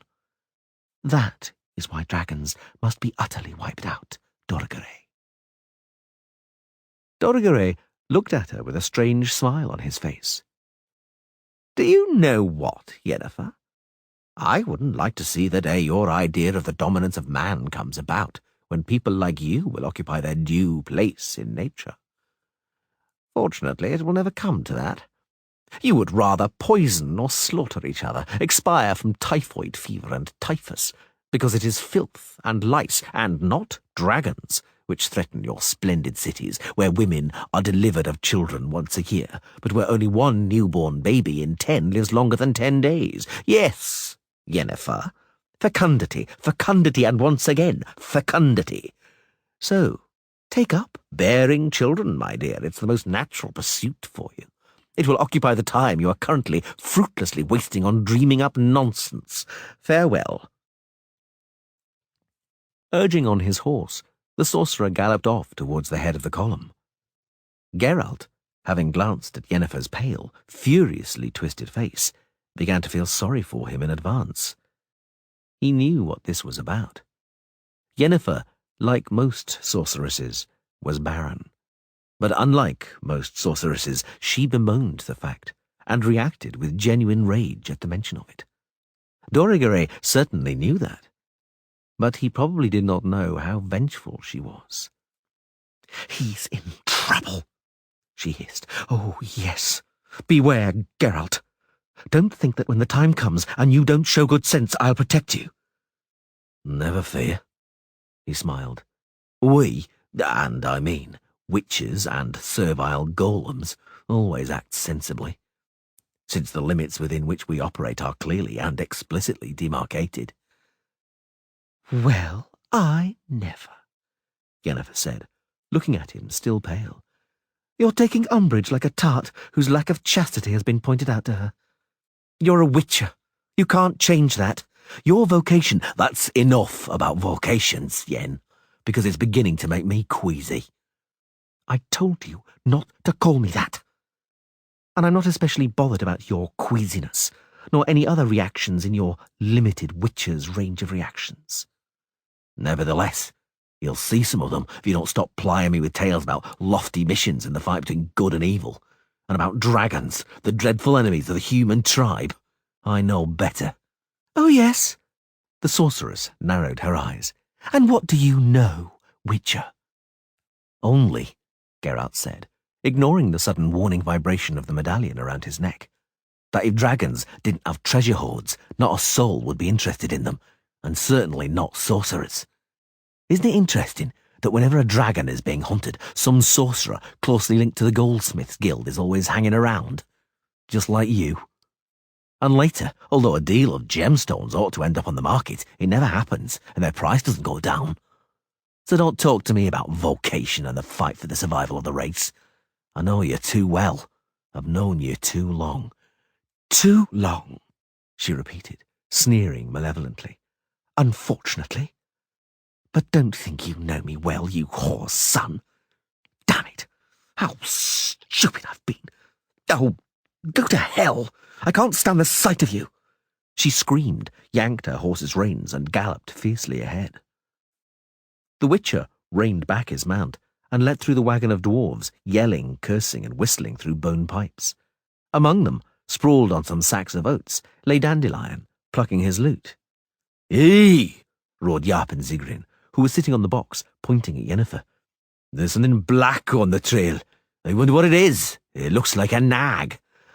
Without doubt, Dandelion shouted, shoving his plum bonnet back. It's a nag riding a gelding. Astounding! The beards of Yarpen's boys shook in general laughter. Yennefer pretended not to hear. Geralt reined back his horse again and let Nidamir's mounted bowman through. Borch was riding slowly some distance beyond them, and the Zerrikanians brought up the rear just behind him. Geralt waited for them to catch up and led his mare alongside Borch's horse. They rode on in silence. "Witcher," Three Jackdaws suddenly said, "I want to ask you a question." "Ask it." "Why don't you turn back?" The Witcher looked at him in silence for a moment. "Do you really want to know?" "Yes, I do," Three Jackdaws said, turning his face towards Geralt. "I'm riding with him because I'm a servile golem. Because I'm a whisk of oakum blown by the wind along the highway. Tell me, where should I go, and for what? At least here some people have gathered with whom I have something to talk about. People who don't break off their conversations when I approach. People who, though they may not like me, say it to my face and don't throw stones from behind a fence. I'm riding with them for the same reason I rode with you to the Log Driver's Inn. Because it's all the same to me. I don't have a goal to head towards. I don't have a destination at the end of the road." Three Jackdaws cleared his throat. "There's a destination at the end of every road. Everybody has one, even you, although you like to think you're somehow different." "Now I'll ask you a question." "Ask it." "Do you have a destination at the end of the road?" "I do." "Lucky for you." "It is not a matter of luck, Geralt. It is a matter of what you believe in and what you serve. No one ought to know that better than a Witcher." "I keep hearing about goals today," Geralt sighed. "Nidamir's aim is to seize Maliori. Ike of Dennesley's calling is to protect people from dragons. Dorigere feels obligated to something quite the opposite. Yennefer, by virtue of certain changes which her body was subjected to, cannot fulfill her wishes and is terribly undecided. Damn it, only the Reavers and the Dwarves don't feel a calling and simply want to line their pockets. Perhaps that's why I'm so drawn to them." "You aren't drawn to them, Geralt of Rivia. I'm neither blind nor deaf. It wasn't at the sound of their name you pulled out that pouch. But I surmise—" "There's no need to surmise," the Witcher said, without anger. "I apologize." "There's no need to apologize." They reined back their horses just in time, in order not to ride into the column of bowmen from Cairngorm, which had suddenly been called to a halt. "What has happened?" Geralt stood up in his stirrups. "Why have we stopped?" "I don't know." Borch turned his head away. Vea, her face strangely contorted, uttered a few quick words. "I'll ride up to the front," the Witcher said, "to see what's going on." "Stay here." "Why?" Three Jackdaws was silent for a moment, eyes fixed on the ground. "Why?" Geralt repeated. "Go," Borch said. "Perhaps it'll be better that way." "What'll be better?" "Go." The bridge connecting the two edges of the chasm looked sound. It was built from thick pine timbers and supported on a quadrangular pier, against which the current crashed and roared in long strands of foam. "Hey, Beanpole!" yelled Boholt, who was driving the wagon. "Why have you stopped?" "I don't know if the bridge will hold." "Why are we taking this road?" Gillenstein asked, riding over. "It's not to my liking to take the wagons across the bridge. Nay, a cobbler! Why you're leading us this way and not by the trail? The trail continues on towards the west, doesn't it?" The heroic poisoner of Bearfield approached, removing his sheepskin cap. He looked ridiculous, dressed up in an old-fashioned half-armour, probably hammered out during the reign of King Sambuck, pulled down tightly over a shepherd's smock. "The road's shorter this way, your majesty," he said, not to the Chancellor, but directly to Nidomir, whose face still expressed thoroughly excruciated boredom. "How is that?" Gillenstiern asked, frowning. Nidomir did not even grace the cobbler with a more attentive glance. "Them's," Sheepbagger said, indicating the three-notched peaks towering over the surrounding area, "is Kiava, Great Kestrel, and Harbinger's Fang. The trail leads down towards the ruins of the old stronghold and skirts around Kiava from the north, beyond the river's source. But we can shorten the way by taking the bridge. We'll pass through the gorge and onto the plain between the mountains, and if we don't find no sign of the dragon there, we'll continue on eastwards. We'll search the ravines. And even further eastward, there are flat pastures where there's a straight road to Cairngorm, towards your land, sire." "And where, Sheepbagger, did you acquire such knowledge about these mountains?" Boholt asked. "At your cobbler's last?" "No, sir. I herded sheep here as a young'un." "And that bridge won't give way?" Boholt stood up on the box and looked downwards at the foaming river. "That must be a drop of 40 fathoms. Little old, sir." "What's a bridge doing in this wilderness, anyhow?" "That there bridge," Sheepbagger said, "was built by trolls in the olden days, and whoever came this way had to pay them a pretty penny. But since folks seldom came this way, the trolls were reduced to beggary. But the bridge remains." "I repeat," Gillenstiern said irately, "we have wagons with tackle and provender, and we may become bogged down in the wilderness. Is it not better to take the trail?" "We could take the trail," the cobbler shrugged, "but it's longer that way, and the king said he'd give his ear teeth to get that dragon soon." "Eye teeth," the Chancellor corrected him. "Have it your way, eye teeth," Sheepbagger agreed, "but it's still quicker by the bridge." "Right. Let's go, Sheepbagger," Boholt decided. "Forge ahead, you and your men. We have a custom of letting the most valiant through first." "No more than one wagon at a time," Gillenstiern warned. "Right."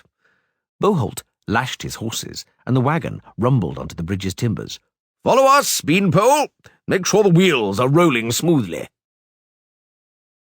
Geralt reined back his horse, his way barred by Nidomir's bowmen in their purple and gold tunics, crowded on the stone bridgehead. The witch's mare snorted. The earth shuddered. The mountains trembled. The jagged edge of the rock wall beside them became blurred against the sky, and the wall itself suddenly spoke with a dull but audible rumbling. "Look out!" Boholt yelled, now on the other side of the bridge. "Look out there!" The first small stones pattered and rattled down the spasmodically shuddering rock wall. Geralt watched as part of the road they had followed, very rapidly widening into a yawning black crack, broke off and plunged into the chasm with a thunderous clatter. "To horse!" Gillenstiern yelled. "Your Majesty, to the other side!" Nidomir, head buried in his horse's mane, charged onto the bridge, and Gillenstiern and several bowmen leapt after him. Behind them, the royal wagon with its flapping griffin banner rumbled onto the creaking timbers. "It's a landslide! Get out of the way!" Yarpen Zigrin bellowed from behind, lashing his horse's rumps, overtaking Nidomir's second wagon and jostling the bowmen. "Out of the way! Witcher, out of the way!" Ike of Denesla, stiff and erect, galloped beside the dwarf's wagon. Were it not for his deathly pale face and mouth contorted in a quivering grimace, one might have thought the knight-errant had not noticed the stones and boulders falling onto the trail. Further back, someone in the group of bowmen screamed wildly, and horses whinnied. Geralt tugged at the reins and spurred his horse, as right in front of him the earth boiled from the boulders cascading down. The dwarf's wagon rattled over the stones. Just before the bridge, it jumped up and landed with a crack on its side onto a broken axle. A wheel bounced off the railing and plunged downwards into the spume. The witch's mare, lacerated by sharp shards of stone, reared up. Geralt tried to dismount, but caught his boot buckle in the stirrup and fell to the side onto the trail. His mare neighed and dashed ahead, straight towards the bridge, dancing over the chasm. The dwarves ran across the bridge, yelling and cursing. "Hurry, Geralt!" Dandelion yelled, running behind him and looking back. Jump on, Witcher, Dorigeray called, thrashing about in the saddle, struggling to control his terrified horse.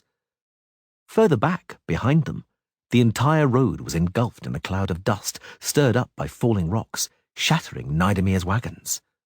The Witcher seized the straps of the sorcerer's saddlebags. He heard a cry. Yennefer had fallen with her horse, rolled to the side, away from the wildly kicking hooves, and flattened herself to the ground, shielding her head with her arms. The Witcher let go of the saddle, ran towards her, diving into the deluge of stones and leaping across the rift, opening under his feet. Yennefer, yanked by the arm, got up onto her knees. Her eyes were wide open, and the trickle of blood running down from her cut brow had already reached her ear. "Stand up, Yen!" "Geralt, look out!" An enormous, flat block of stone, scraping against the side of the rock wall with a grinding, clattering sound, slid down and plummeted towards them. Geralt dropped, shielding the sorceress with his body. At the very same moment, the block exploded, bursting into a billion fragments, which rained down on them, stinging like wasps. "Quick!" Dorigeray cried. Brandishing his wand atop the skittering horse, he blasted more boulders, which were tumbling down from the cliff into dust. "Onto the bridge, Witcher!" Yennefer waved a hand, bending her fingers and shrieking incomprehensibly. As the stones came into contact with the bluish hemisphere which had suddenly materialized above their heads, they vaporized like drops of water falling on red-hot metal. "Onto the bridge, Geralt!" the sorceress yelled. "Stay close to me!" They ran, following Dorigeray and several fleeing bowmen. The bridge rocked and creaked, the timbers bending in all directions as it flung them from railing to railing. "Quick!" The bridge suddenly slumped with a piercing, penetrating crack, and the half they had just crossed broke off, tumbling with a clatter into the gulf, taking the dwarves' wagon with it, which shattered against the rocky teeth to the sound of the horses' frantic whinnying. The part they were now standing on was still intact, but Geralt suddenly realized they were now running upwards across a rapidly tilting slope. Yennefer panted a curse. "Get down, Yen! Hang on!" The rest of the bridge grated, cracked and sagged into a ramp. They fell with it, digging their fingers into the cracks between the timbers. Yennefer could not hold on. She squealed like a little girl and dropped. Geralt, hanging on with one hand, drew a dagger, plunged the blade between the timbers, and seized the haft in both hands. His elbow joints creaked as Yennefer tugged him down, suspended by the belt and scabbard slung across his back. The bridge made a cracking noise again and tilted even more, almost vertically. "Yen," the Witcher grunted, "do something. Cast a bloody spell." "How can I?" He heard a furious, muffled snarl. "I'm hanging on." "Free one of your hands." "I can't." "Hey!" Dandelion yelled from above. "Can you hold on? Hey!" Geralt did not deign to reply. "Throw down a rope!" Dandelion bellowed. "Quickly, damn it!" The Reavers, the dwarves, and Gillenstiern appeared beside the troubadour. Geralt heard Boholt's quiet words. "Wait, Busker. She'll soon fall. Then we'll pull the Witcher up." Yennefer hissed like a viper, writhing and suspended from Geralt's back. His belt dug painfully into his chest. "Yen, can you find a hold? Using your legs, can you do anything with your legs?" "Yes," she groaned. "Swing them around." Geralt looked down at the river, seething and swirling among the sharp rocks, against which some bridge timbers, a horse and a body in the bright colours of Cairngorm, were bumping. Beyond the rocks, in the emerald, transparent maelstrom, he saw the tapered bodies of large trout, languidly moving in the current. "Can you hold on, Yen?" "Just about. Yes." "Heave yourself up. You have to get a foothold." "I can't." "Throw down a rope!" Dandelion yelled. "Have you all gone mad? They'll both fall." "Perhaps that's not so bad," Gillenstiern wondered, out of sight. The bridge creaked and sagged even more. Geralt's fingers, gripping the hilt of his dagger, began to go numb. "Yen, shut up and stop wriggling about." "Yen, don't call me that." "Can you hold on?" "No," she said coldly. She was no longer struggling, but simply hanging from his back, a lifeless, inert weight. "Yen, shut up! Yen." "Forgive me." "No, never." Something crept downwards over the timbers. Swiftly, Like a snake, a rope, emanating with a cold glow, twisting and curling as though alive, searched for and found Geralt's neck with its moving tip, slid under his armpits, and ravelled itself into a loose knot. The sorceress beneath him moaned, sucking in air. He was certain she would start sobbing. He was mistaken. "Careful!" Dandelion shouted from above. "We're pulling you up! Gar? Kennet, pull them up! Heave!" A tug, the painful, constricting tension of the taut rope. Yennefer sighed heavily. They quickly travelled upwards, bellies scraping against the coarse timbers. At the top, Yennefer was the first to stand up. Chapter 7. "We saved but one wagon from the entire caravan, Your Majesty," Gillenstein said, "not counting the Reaver's wagon. 7 bowmen remain from the troop. There's no longer a road on the far side of the chasm, just scree and a smooth wall as far as the breach permits one to look.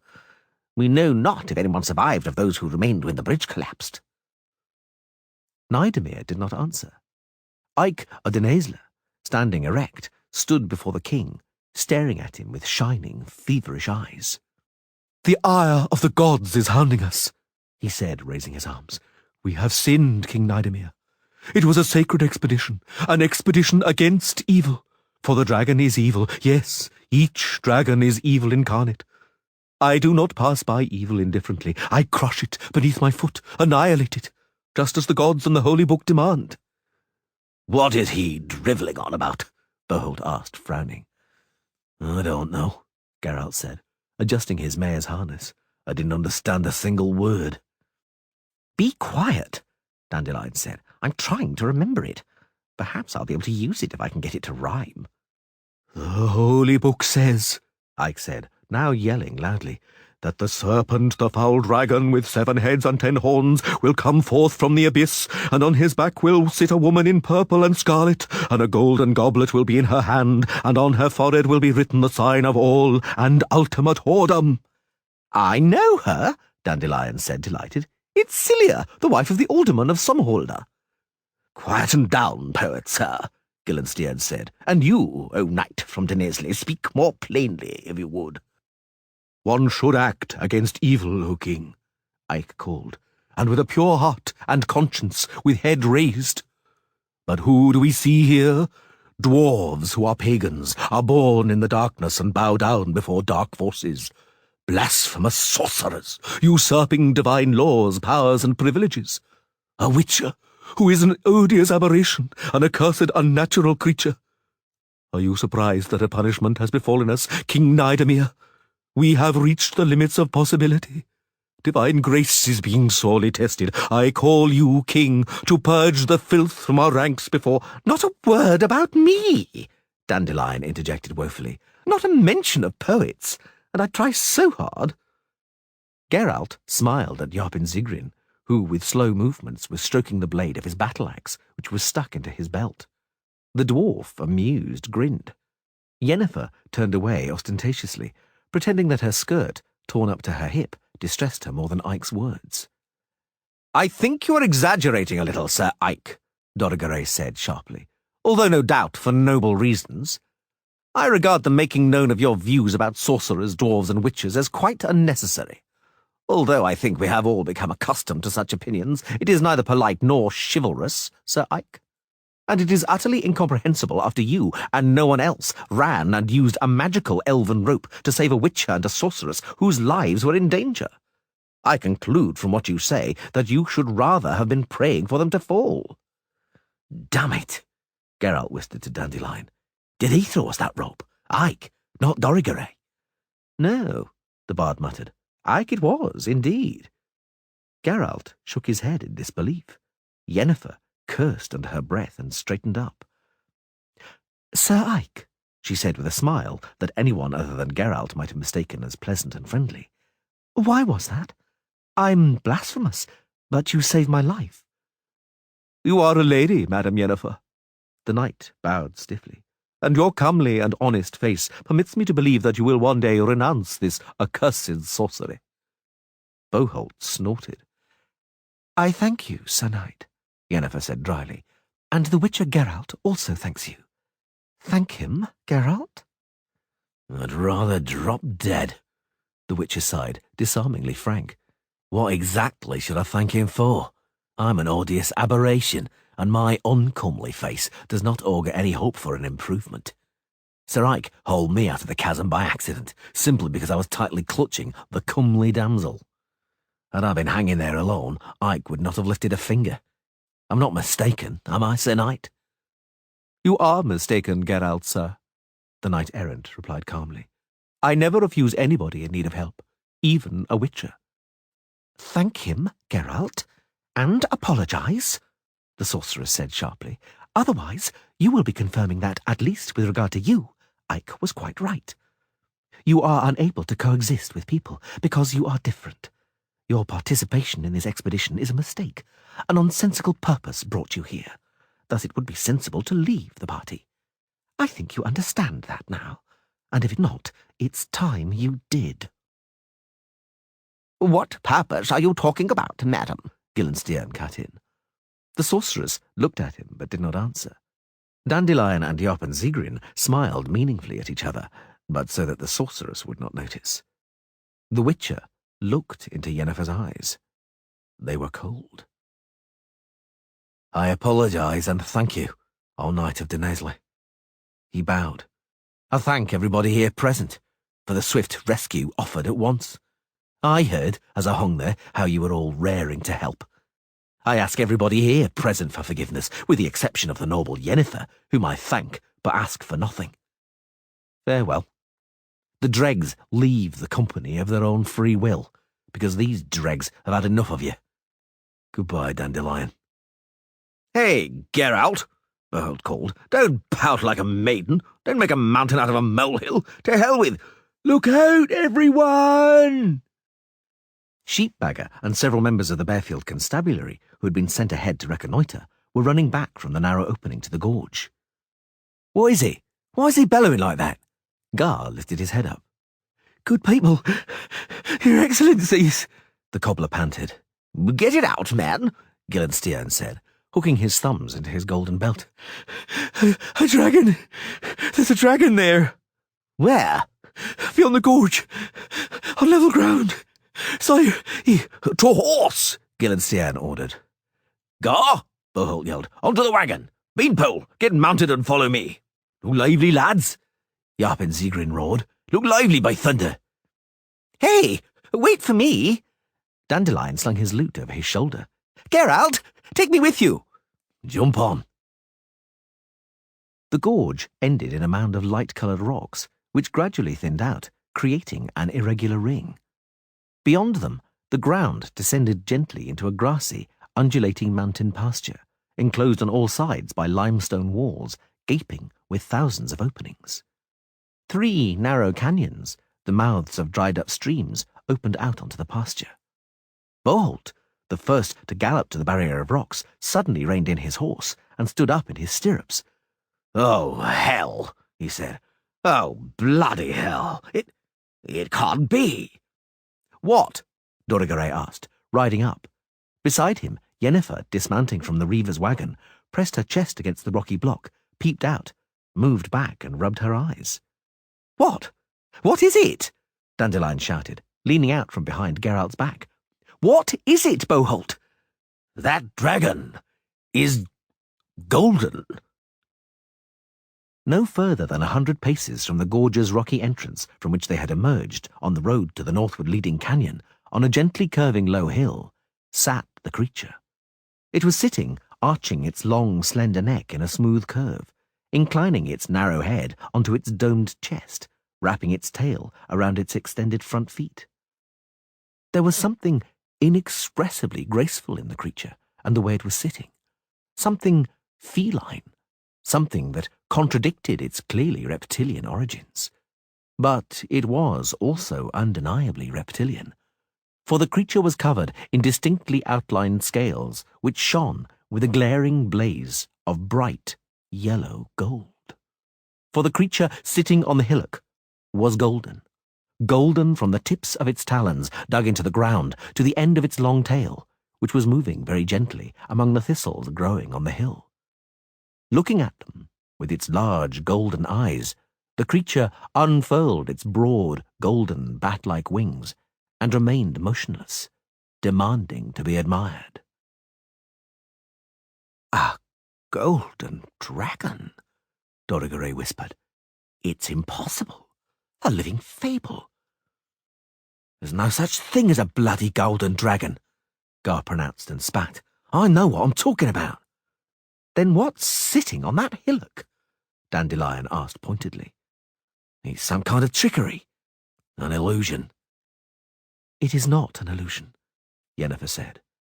"It's a golden dragon," Gillenstiern said. "An absolutely genuine golden dragon." "Golden dragons only exist in fables." "Stop that, all of you," Boholt suddenly broke in. "There's no point getting worked up. Any blockhead can see it's a golden dragon.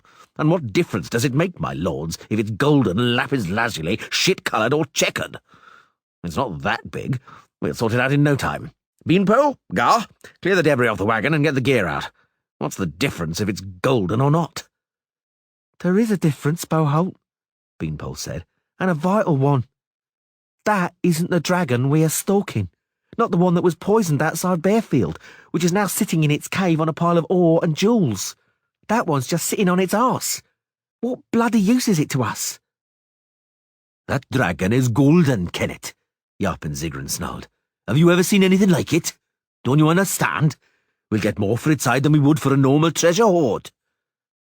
"And without flooding the market with precious stones," Yennefer added, smiling unpleasantly. "Yarpen's right. The agreement is still binding. Quite something to divide up, isn't it?" "Hey, Boholt!" Gar shouted from the wagon, where he was clattering amongst the tackle. "What shall we equip ourselves and the horses with? What could that golden reptile belch, eh? Fire? Acid? Steam?" "I haven't got an effing clue," Boholt said, sounding worried. "Hey, sorcerers, anything in the fables about golden dragons, about how to kill them?" "How do you kill them?" "The usual way," Sheepbagger suddenly shouted. "No point pondering. Give us an animal, we stuff it full of something poisonous, and feed it to the reptile and good riddance." Dorrigaray looked askance at the cobbler. Boholt spat, and Dandelion turned his head away with a grimace of disgust. Yarpin Zigrin smiled repulsively, hands on hips. "What are you looking at?" Sheepbagger asked. "Let's get to work. We have to decide what to stuff the carcass with so the reptile quickly perishes. It has to be something which is extremely toxic, poisonous, or rotten." "Aha!" The dwarf spoke, still smiling. "Well, what's poisonous, foul, and stinks? Do you know what, Sheepbagger? Looks like it's you." "What?" "You bloody herd, you lost bodger, out of my sight." "Lord Dorrigaray," Boholt said, walking over to the sorcerer. "Make yourself useful. Call to mind some fables and tales. What do you know about golden dragons?" The sorcerer smiled, straightening up self-importantly. "What do I know about golden dragons, you ask? Not much, but enough." "We're listening." "Then listen, and listen attentively. Over there before us sits a golden dragon, a living legend, possibly the last and only creature of its kind to have survived your murderous frenzy. One doesn't kill legends. I, Dorrigaray, will not allow you to touch that dragon. Is that understood? You can get packed, fasten your saddlebags, and go home." Geralt was convinced an uproar would ensue. He was mistaken. "Noble sorcerer, sir," Gillenstiern's voice interrupted the silence. "Heed what and whom you speak. King Nidemir may order you, Dorrigaray, to fasten your saddlebags and go to hell, but not the other way round. Is that clear?" "No," the sorcerer said proudly. "It is not, for I am Master Dorrigaray, and will not be ordered around by someone whose kingdom encompasses an area visible from the height of the palisade on a mangy, filthy, stinking stronghold. Do you know, Lord Gillenstiern, that were I to speak a charm and wave my hand, you would change into a cowpat, and your underage king into something ineffably worse? Is that clear?" Gillenstiern did not manage to answer, for Boholt walked up to Dorrigaray, caught him by the shoulder, and pulled him around to face him. Gar and Beanpole, silent and grim, appeared from behind Boholt. "Just listen, magician, sir," the enormous Reaver said. "Before you wave that hand, listen to me. I could spend a long time explaining what I would do with your prohibitions, your fables, and your foolish chatter, but I have no wish to. Let this suffice as my answer." Boholt placed a finger against his nose and from a short distance ejected the contents